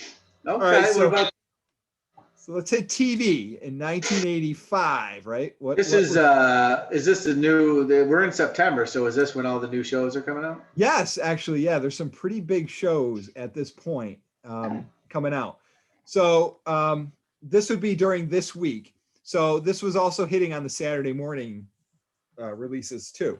So it was mostly animated stuff we'll hit on here. All right, so this week we had alongside with Thundercats premiere, we had Dennis the Menace, which was a syndicated daily show. That had actually Phil Hartman doing the voice of Mr. Wilson, the neighbor. Oh, it was cartoon. Yes, animated show. Cartoon. And most of these are. Because I'm just thinking, I remember they came out with the Dennis the Menace movie and all that. So right. September 9th also saw the premiere of She-Ra, Princess of Power. So this is right after the release of the animated movie that came out earlier that year, The Secret of the Sword. And this is spinning off of He-Man. Correct, yes. So this is her series. Now, September 14th, we got to see a couple new shows. For the evening, this was on NBC. It was a show called 227. Remember the show? Oh, yeah. Marla Gibbs. This was Marla Gibbs, who was she played Florence, the housekeeper on the Jeffersons, was now the star of her own show, 227, which was this apartment building that they lived in. Yeah. It was a classic. That introduced us to Jack Hay. Jack Hay. Jack Hay was a big deal back then. She was like the sexy I was department. Just watching the other day, my fiance there and her sister were here. They were watching some new skit show about it's called like a Black Woman skit show or something. Yeah, I know the one. Yeah. So anyways, they were spoofing 227 on there. And I think they had some of the original people on it. Oh, that's awesome. In dream sequence things. And it was funny. We're like, oh, yeah, she did just like Jack A. Yeah, there you go. A little flashback there. All right. Next up are just a series of another big premiere that premiered probably right alongside 227 was the Golden Girls. September 14th. That was released. 85. 1985. Really? Yeah. That was the first season. First season, first episode debuted that night. So this was for, whatever elder women that were moving in together. B. Arthur, Right. Rue McClanahan, Betty White. My mom used to watch. I could watch Golden Girls today, and the shit's funny. Oh yes, I watched it not long ago, and it's still great. So, and this lasted for 7 seasons. This went on for the show, and it didn't end because it was bad ratings. This show was a hit straight through. It was one of the biggest shows through the 80s and into the 90s. The only reason they ended is B. Arthur was like, I want to end it on top. I'm good. We had a great run. Let's stop. The show actually got a spin-off after it called The Golden Palace, which saw Blanche, the Betty White's character Rose, and Estelle Getty's character Sophia running a hotel. And they threw a kid in there, right? Yeah, they always throw a kid in there. They always did. Yeah, it didn't do well, obviously. But that was the big debut there. Next up, I'll hit the Saturday morning shows that debuted that year. September 14th, these are all on. Disney's Adventures of the Gummy Bears, if you remember this. One of my favorites at the time. Still to this day, I love this show. I rewatched it on Disney Plus. It's still a great Gummy Bears. The Gummy Bears, yeah. So it was a bunch of bears this took place during medieval times, and these bears they were sort of these secret hidden bears. They didn't want to be found, so they would hide, and they were discovered by a boy who had a gummy medallion, and then they found all the secrets of the gummies in their book. They made gummy berry juice that allowed them to bounce around. It was a fun show. Next up, this is another big one. Hulk Hogan Rock and Wrestling was debuted September 14th, 1985. Oh yeah, a classic. Because this had animated and live action segments in there. I thought that was always pretty cool when they did that in those shows back in the day. Oh yeah, I remember Rock and Wrestling. Yeah. But Rowdy Piper was the leader of the bad guys. Yeah, it's good stuff there. Next up, It's Punky Brewster. Now, don't confuse this with the actual TV series. This was the animated show that debuted on Saturday morning. So it was a spinoff of the regular show. Same actors were doing the voice work of their character counterparts in the show. Punky finds a character named Glomer. He's a little magical creature who gets left behind from his magical land, and they get into all sorts of wacky adventures. Classic stuff right there, right? Oh yeah. Next up, last but not least, which I mentioned in the toys, is the Wuzzles. The Wuzzles debuted on Saturday mornings today. Only lasted 1 season, whereas this was a Disney show as well, Disney's Wuzzles. So Disney produced this and the Gummy Bears. This was their first foray into a television program. Animated. Was this when it was the Disney Channel on already? Disney Channel was on, but they didn't have this stuff on there. They were just doing the. They didn't. They were producing. I think they were just showing their old movies and old TV shows mostly. Like when did DuckTales come out? 1987, which one of my favorites. I love that. Coming up. So was that kind of stuff on the Disney Channel? I think it being on. It was in syndication on regular. Yeah, I remember seeing it on like regular TV. They didn't start showing those until they finished their running. They would show the reruns on Disney Channel after. It wasn't until about Darkwing Duck or Goof Troop, I should say. I think even before. Yeah, because they would have a season on. Disney I don't even remember us having a Disney Channel. Yeah, for a long time. We didn't. It was a long time before we actually started. Yeah, I was gonna say. Before New View Cable got us the Disney Channel. Yeah. So yeah, those were the big premieres. But the interesting thing, just a quick aside, between the Wuzzles and Gummy Bears, that was Disney's first foray into TV. Wuzzles lasted 1 season, Gummy Bears lasted 6. So that Gummy Bears lasted 6 seasons. 6 seasons. How'd the song go? Gummy bears bouncing here and there and everywhere. High adventure that's beyond compare. So I remember that. Gummy bears. Yeah, I remember that. Yeah, it's almost like the theme song we were trying to come up with for this show. Yeah. Because that's almost like the Care Bears song, eh? It's similar, I think. Care Bears was like, no, I think Care Bears was like, what? We care a lot. No, that's Faith No More. What am I thinking? No, Care Bears Interesting was, take. yeah, Carol, yeah, something like that. It was like weird. I'd have to. Okay, so the Gummy Bears one was the Gummy. Yeah, I remember the show now more that you're saying it. Yeah, Huh. It I'm gonna have to was Google great. that and take a look. it was a great show. Still is. I still love watching it. All right, So, pretty yeah, good. that's movies and TV for the week. Okay. And So we're let's roll into music. What's happening Okay. in the Billboard's top music this week? yeah, good music. A lot of it it's top heavy when it comes, the top 10 and stuff. But number 100, because we always say what 100 is, just to kick it off. Gotta do Stir it up. Stir it up. Patti LaBelle. Not familiar with that one. Oh, and there's a lot of big holes in this one Yeah. where nothing stood out. But then the ones that do stand out, you're like, okay, all right. Right. Some I just picked because, they relate to a movie or something. Yeah. Get It On, Bang It Gone, The Power Station, number 88. Love that song. Love that song. Yeah, and like I said, I'm jumping down into the 70s. Number 79, Stand By Me, Maurice White. Interesting. So yeah, he did a cover of this. So yeah, all right. This was cool because I do remember this version. It was a much more like it was slow, but like it should have been. Yeah. So it had a little more of a beat behind it. Not from like the movie, but Right. Which didn't come out till a year later anyway. So is that what okay. Yeah. So now this one I thought was interesting, and I remember the character. You Look Marvelous, Billy Crystal. Oh God, it's Fernando.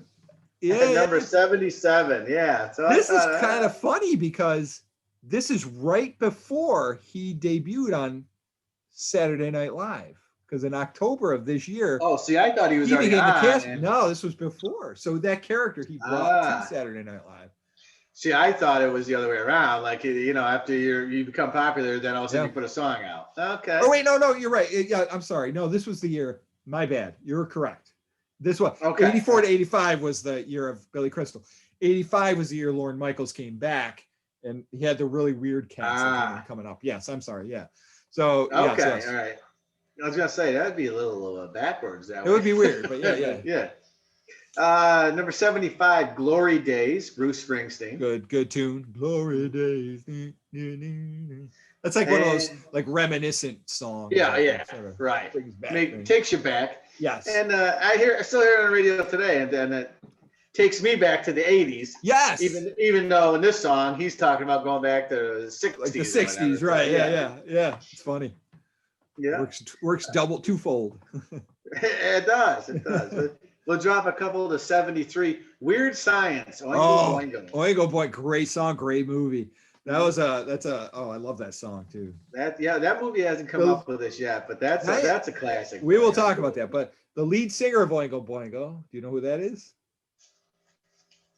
He's extremely a very, very prominent musician today. His name is Danny Elfman.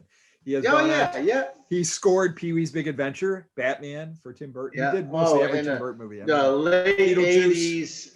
Yeah, late 80s and to the 90s. If he wasn't doing your movie soundtrack, it wasn't gonna be good. He did recently he did Avengers, Age of Ultron. He did Justice League, the new movie that really. Yeah, he's still out there. Oingo Boingo. He was the lead singer of Oingo Boingo. All right. Drop down to number 61. You Spin Me Round Like a Record. Dead or Alive. Yeah. Dead or Alive. You spin me right round, baby, right round. Classic 80s song. Great tune, yeah. If you're gonna have a movie with an 80s flashback, you're gonna see that song in there. I mean, The Wedding Singer. What's he singing at the beginning of that film? I think it was that song. Exactly. Okay, we're dropping further back down to 53. The theme from St. Elmo's Fire instrumental. Oh yeah, David I remember Foster. Love theme from that. Yeah, my sister played that endlessly. She loved St. Elmo's Fire. Oh yeah. Oh yeah. I mean, it was the Brat Pack, Yeah. They're all dreamy. They were.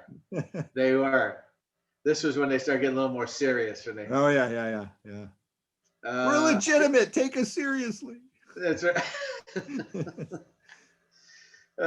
51.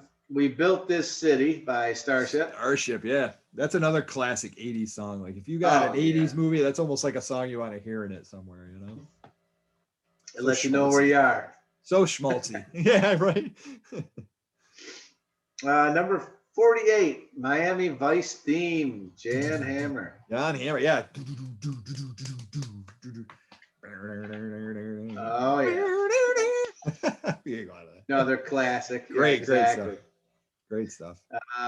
And so now we're dropping down to number 30. What about Love, Heart? What about love? Don't you want someone to care about you? Great power ballad right there. I love it when Lindsay just comes in hard, you know what I mean? Bust out that track. That's a great love. That's a great song, too. That's one of those songs that when you sing it, you have to sing it like at the top of your lungs because it's like she's singing it that loud. You like, oh yeah, you got to sing along with it like that. I love it. Number 25, Dancing in the Street, David Bowie and Mick Jagger. God. That's a great one. Yeah, they covered this song. Go on YouTube. You got to look this up.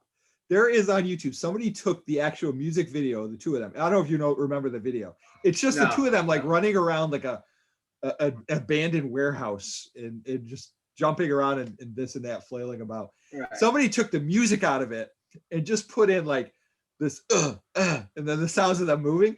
It's so damn funny. I can't I just watch it and laugh my ass off. It's hilarious, but just worth it because the video is probably one of those horrible videos. But love David Bowie, love Mick Jagger.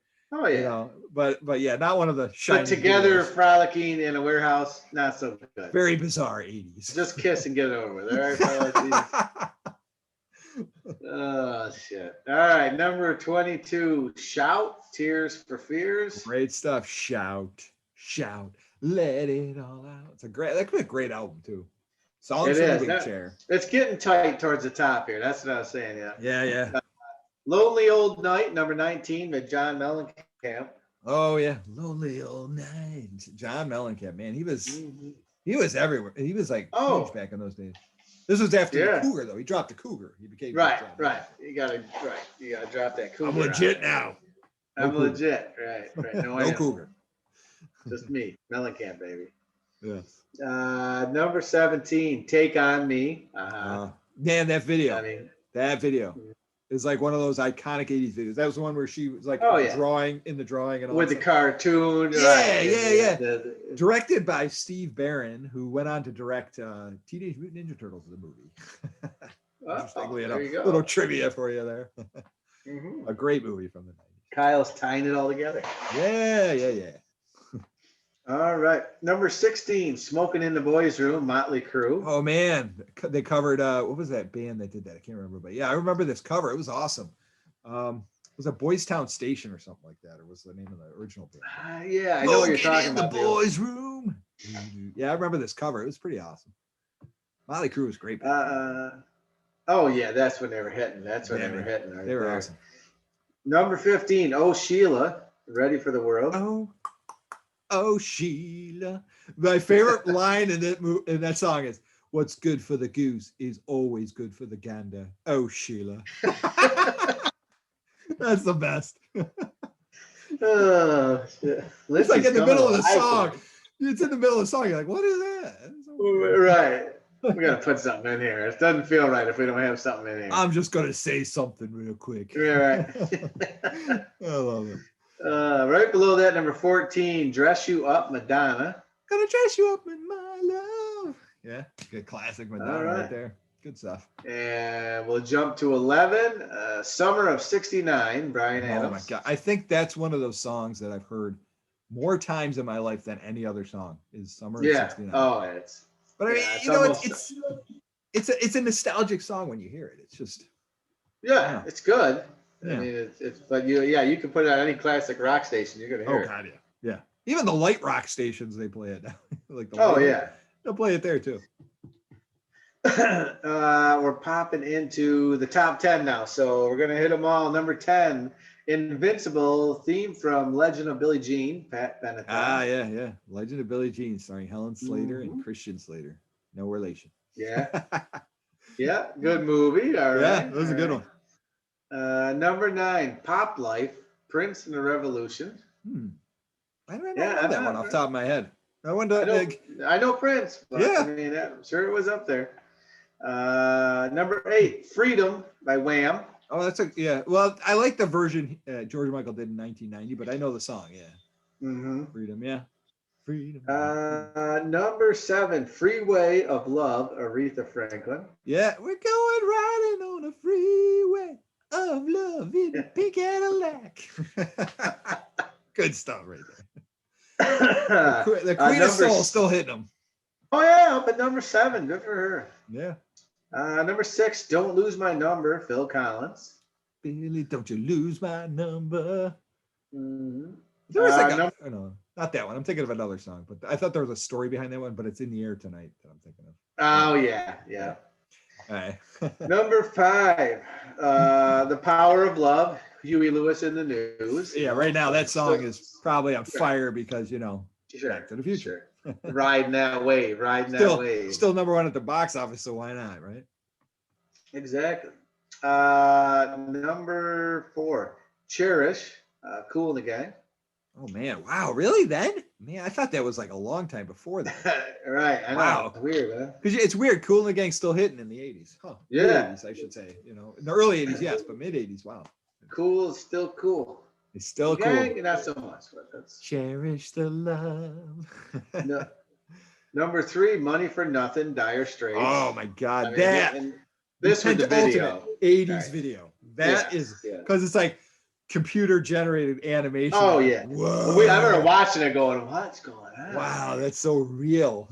Yeah, it Like, was wow. for us because we're watching the same thing. We're watching Yeah. Thundercats and that Right. kind of cartoon, and then we see this and we're like, "What the hell is this?" That's I mean, not that video probably cost $1 million to make. Oh God, yeah.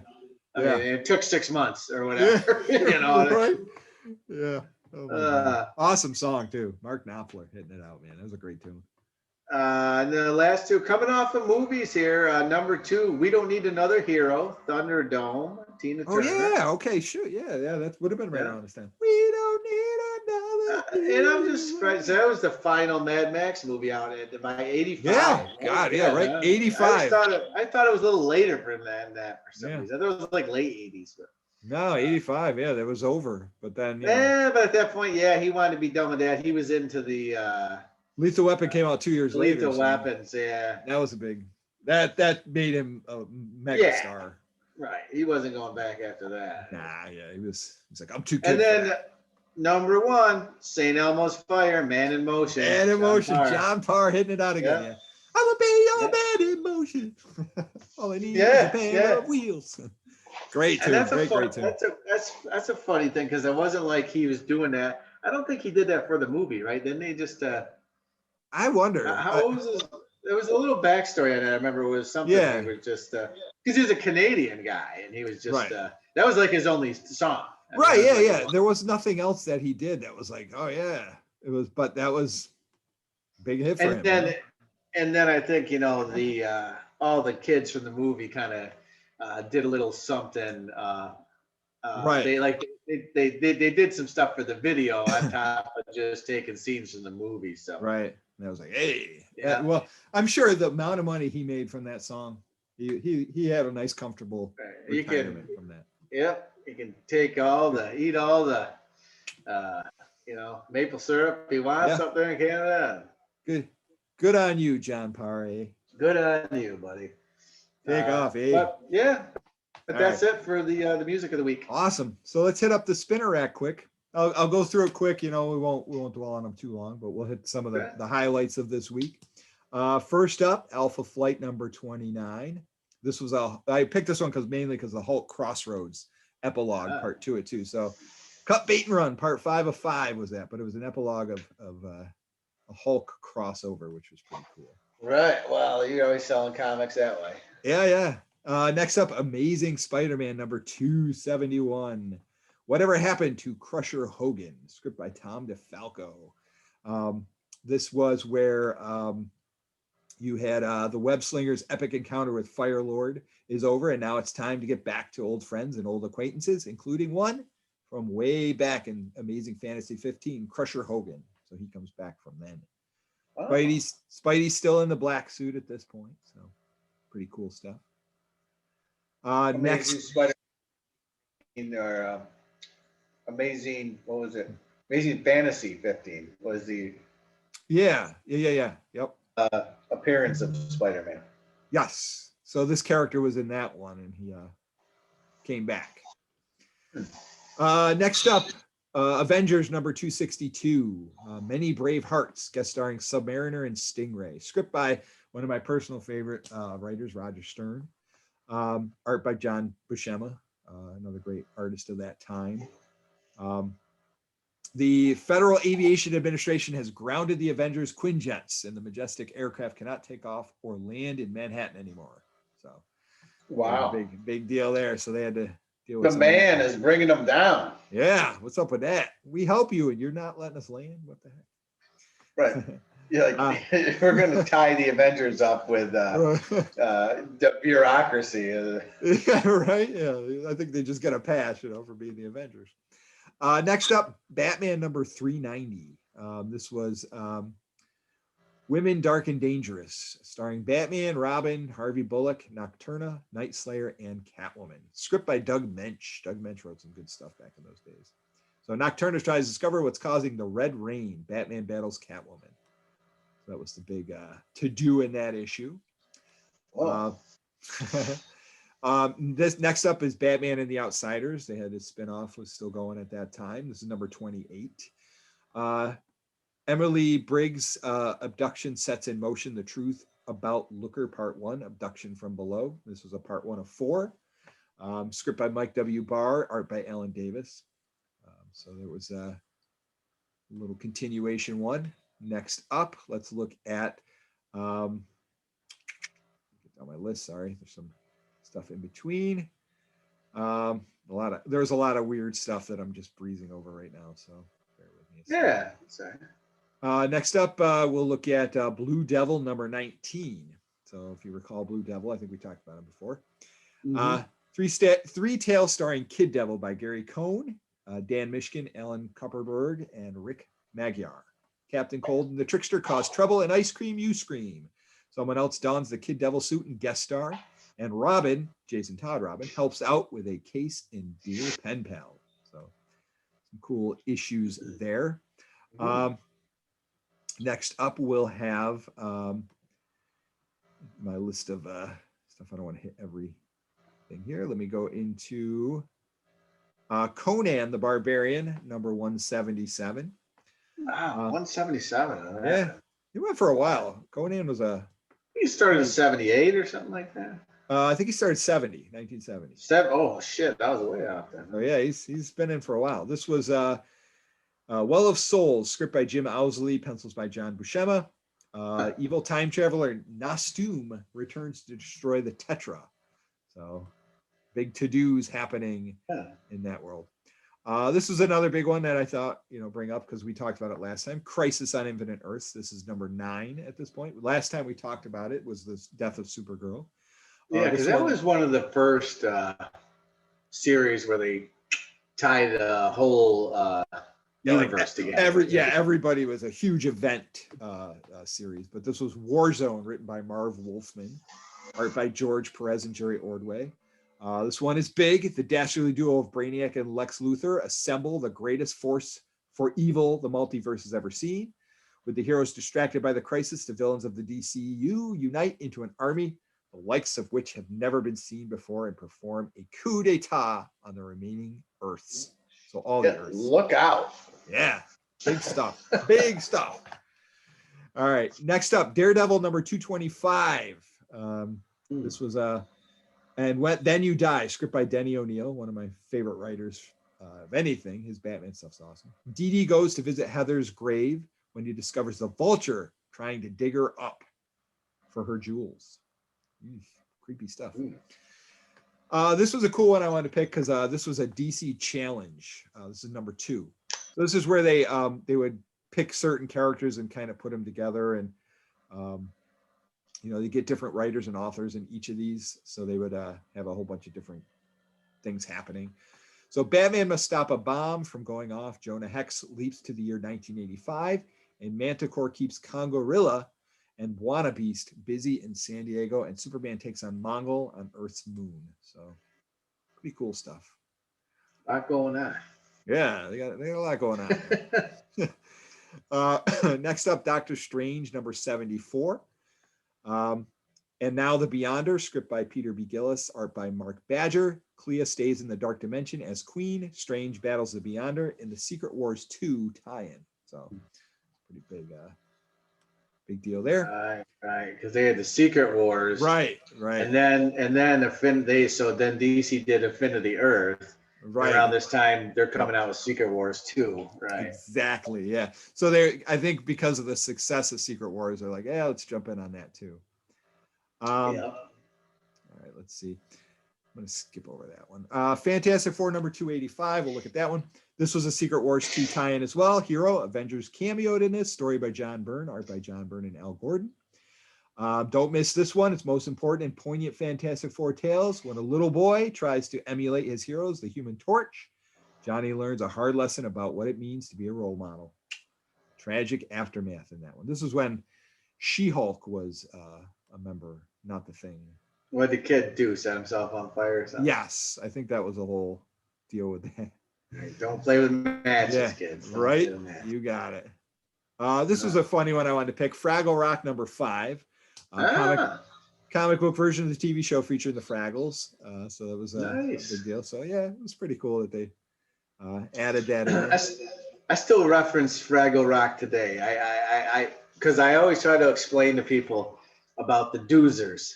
I said, as I was, I'd feel like a doozer. Like I'm constantly just building shit.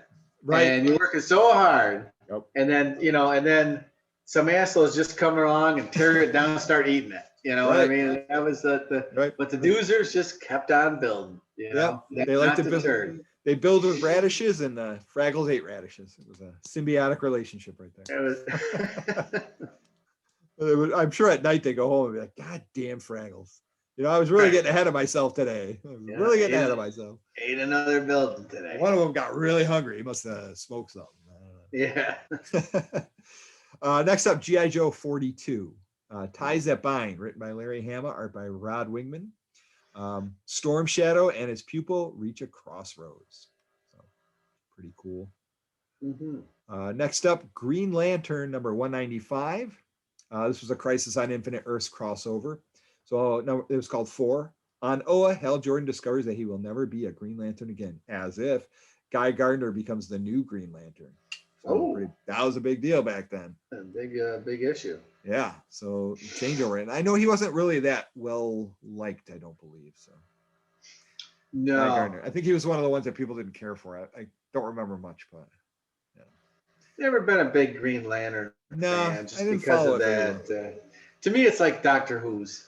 I'm not a Doctor Who fan either. It's just when you could just swap them out. You know what I mean? I'm like, I know what you're saying.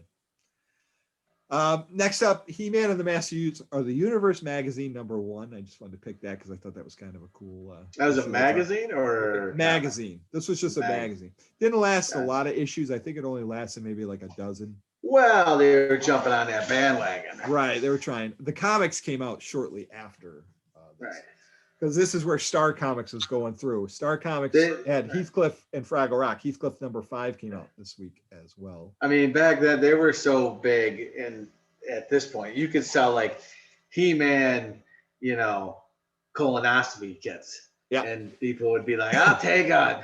Right. I don't know why, but it's got He-Man on it. It's got He-Man, right? Right. This was an interesting one I picked. Howard the Duck number 32. Now, Howard the Duck came out in 1976. So this was actually an extended period. This has been several years since number 31 had come out. But they picked it back up. Yes, the movie was announced at this point. So they knew it was coming. So they re-released or they started Howard the Duck up, I should say. I always hated when any comic books, when they would just like, we're going to end the series at 31. Well, what the fuck? Right. Why wouldn't you just end it at 30? Right. or, 30, right. or 36. Give it a full year. You know what I mean? Right. Yes. Round it End out. at 31 or some random 77 or something. Right. Some weird. Yeah. Like, was it that bad that you Yeah. just had to cut it off right there? You couldn't round it up to a different, you know? Right. So anyway. Yeah. Next up, Iron Man number 201. Mhm. Sky Duel, guest starring West Coast Avengers, script by Denny O'Neil. Mark Bright was the art. This was just a team up with West Coast Avengers Mhm. fighting some stuff. Let's move. I'm just trying to zip I along like the here. West Coast Avengers. Yeah, they were pretty cool. That was where Hawkeye and Mhm. it ended up. Justice League of America number 245. This was a crisis crossover as well. Long Road Home, written by Jerry Conway. Characters: Martian Manhunter, Elongated Man, Steel, if you remember him. He was Man. Vibe, Yeah. Vixen, Zatanna, and Gypsy are all the Justice League. Fury, Northwind, Silver Scarab, and Nuklon for Infinity Inc. were appearing in there. So I always thought that name was kind of shitty. Elongated Man, though. You know, Yeah. it was obviously Right. it was the DC version of Mr. Fantastic. right. And I'm like, I mean, the elongated, what's called stretchy or something. I mean, what the Right. fuck is, you know? But then they had Plastic Man, who was essentially the same guy. Yeah. I mean, All right.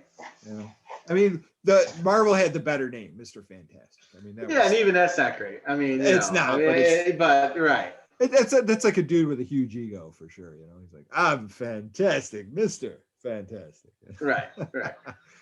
Oh, Um, the big rock guy. We just call him the Thing. You know? Yeah, But right. I'm Mr. Fantastic. Right. Yeah. And she's Invisible Girl because she's invisible. Right. Oh God. All right. Long Shot number 4. That was a 1985 limited series of the character Long Shot, written by Ann Nocenti, art by Arthur Adams, cover by Arthur Adams. Can't give it all away. This is thanks to an accidentally blacking out at New York City and stealing diamonds from Con Ed. Longshot's picture is plastered all over the news as public enemy number 1. So He was with the blonde spiky hair. yes, he had like Right. 4 fingers. He didn't have like Yeah. a full 5. He was like a little different. Yeah, And I think it might have been Canadian too or something. I don't know. probably.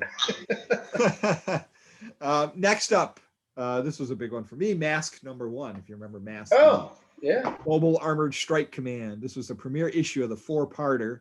Toys were out beforehand. Yes, the cartoon had already started at this point, I Okay. believe, as Yep. well. So this was the forces of Venom begin their plans for world domination by stealing the gold reserves of Fort Knox. Pretty crazy That's stuff. big. You know, that was a big plot device for a lot of those. They always went to Fort Mhm. Knox, you know. It was like, Right. we're going to steal all the gold in Fort Knox. And, Right. Wow. Growing up, that was a big thing. You know. Yeah, oh, Now you absolutely. realize it was, who cares? right. I mean, I think the old thing was there's supposed to be enough gold in Fort Knox to cover like all the economy of the U.S. or something. Right, yeah. And it don't work out like that. Right. In real Yeah. life, you know. Yeah. Next up, Moon Knight number 6. This was the second series of Moon Knight, The Last White Knight, written by James Owsley, art by Mark Beecham. Moon Knight gets caught up in a plot for revenge and macabre dealings of voodoo. Oh, Crazy stuff there. Next up, New Mutants number 34. This was a script by Chris Claremont with a little bit of luck. Magic and Warlock come to an understanding. Magic teleports back in time to learn the nature of their foe.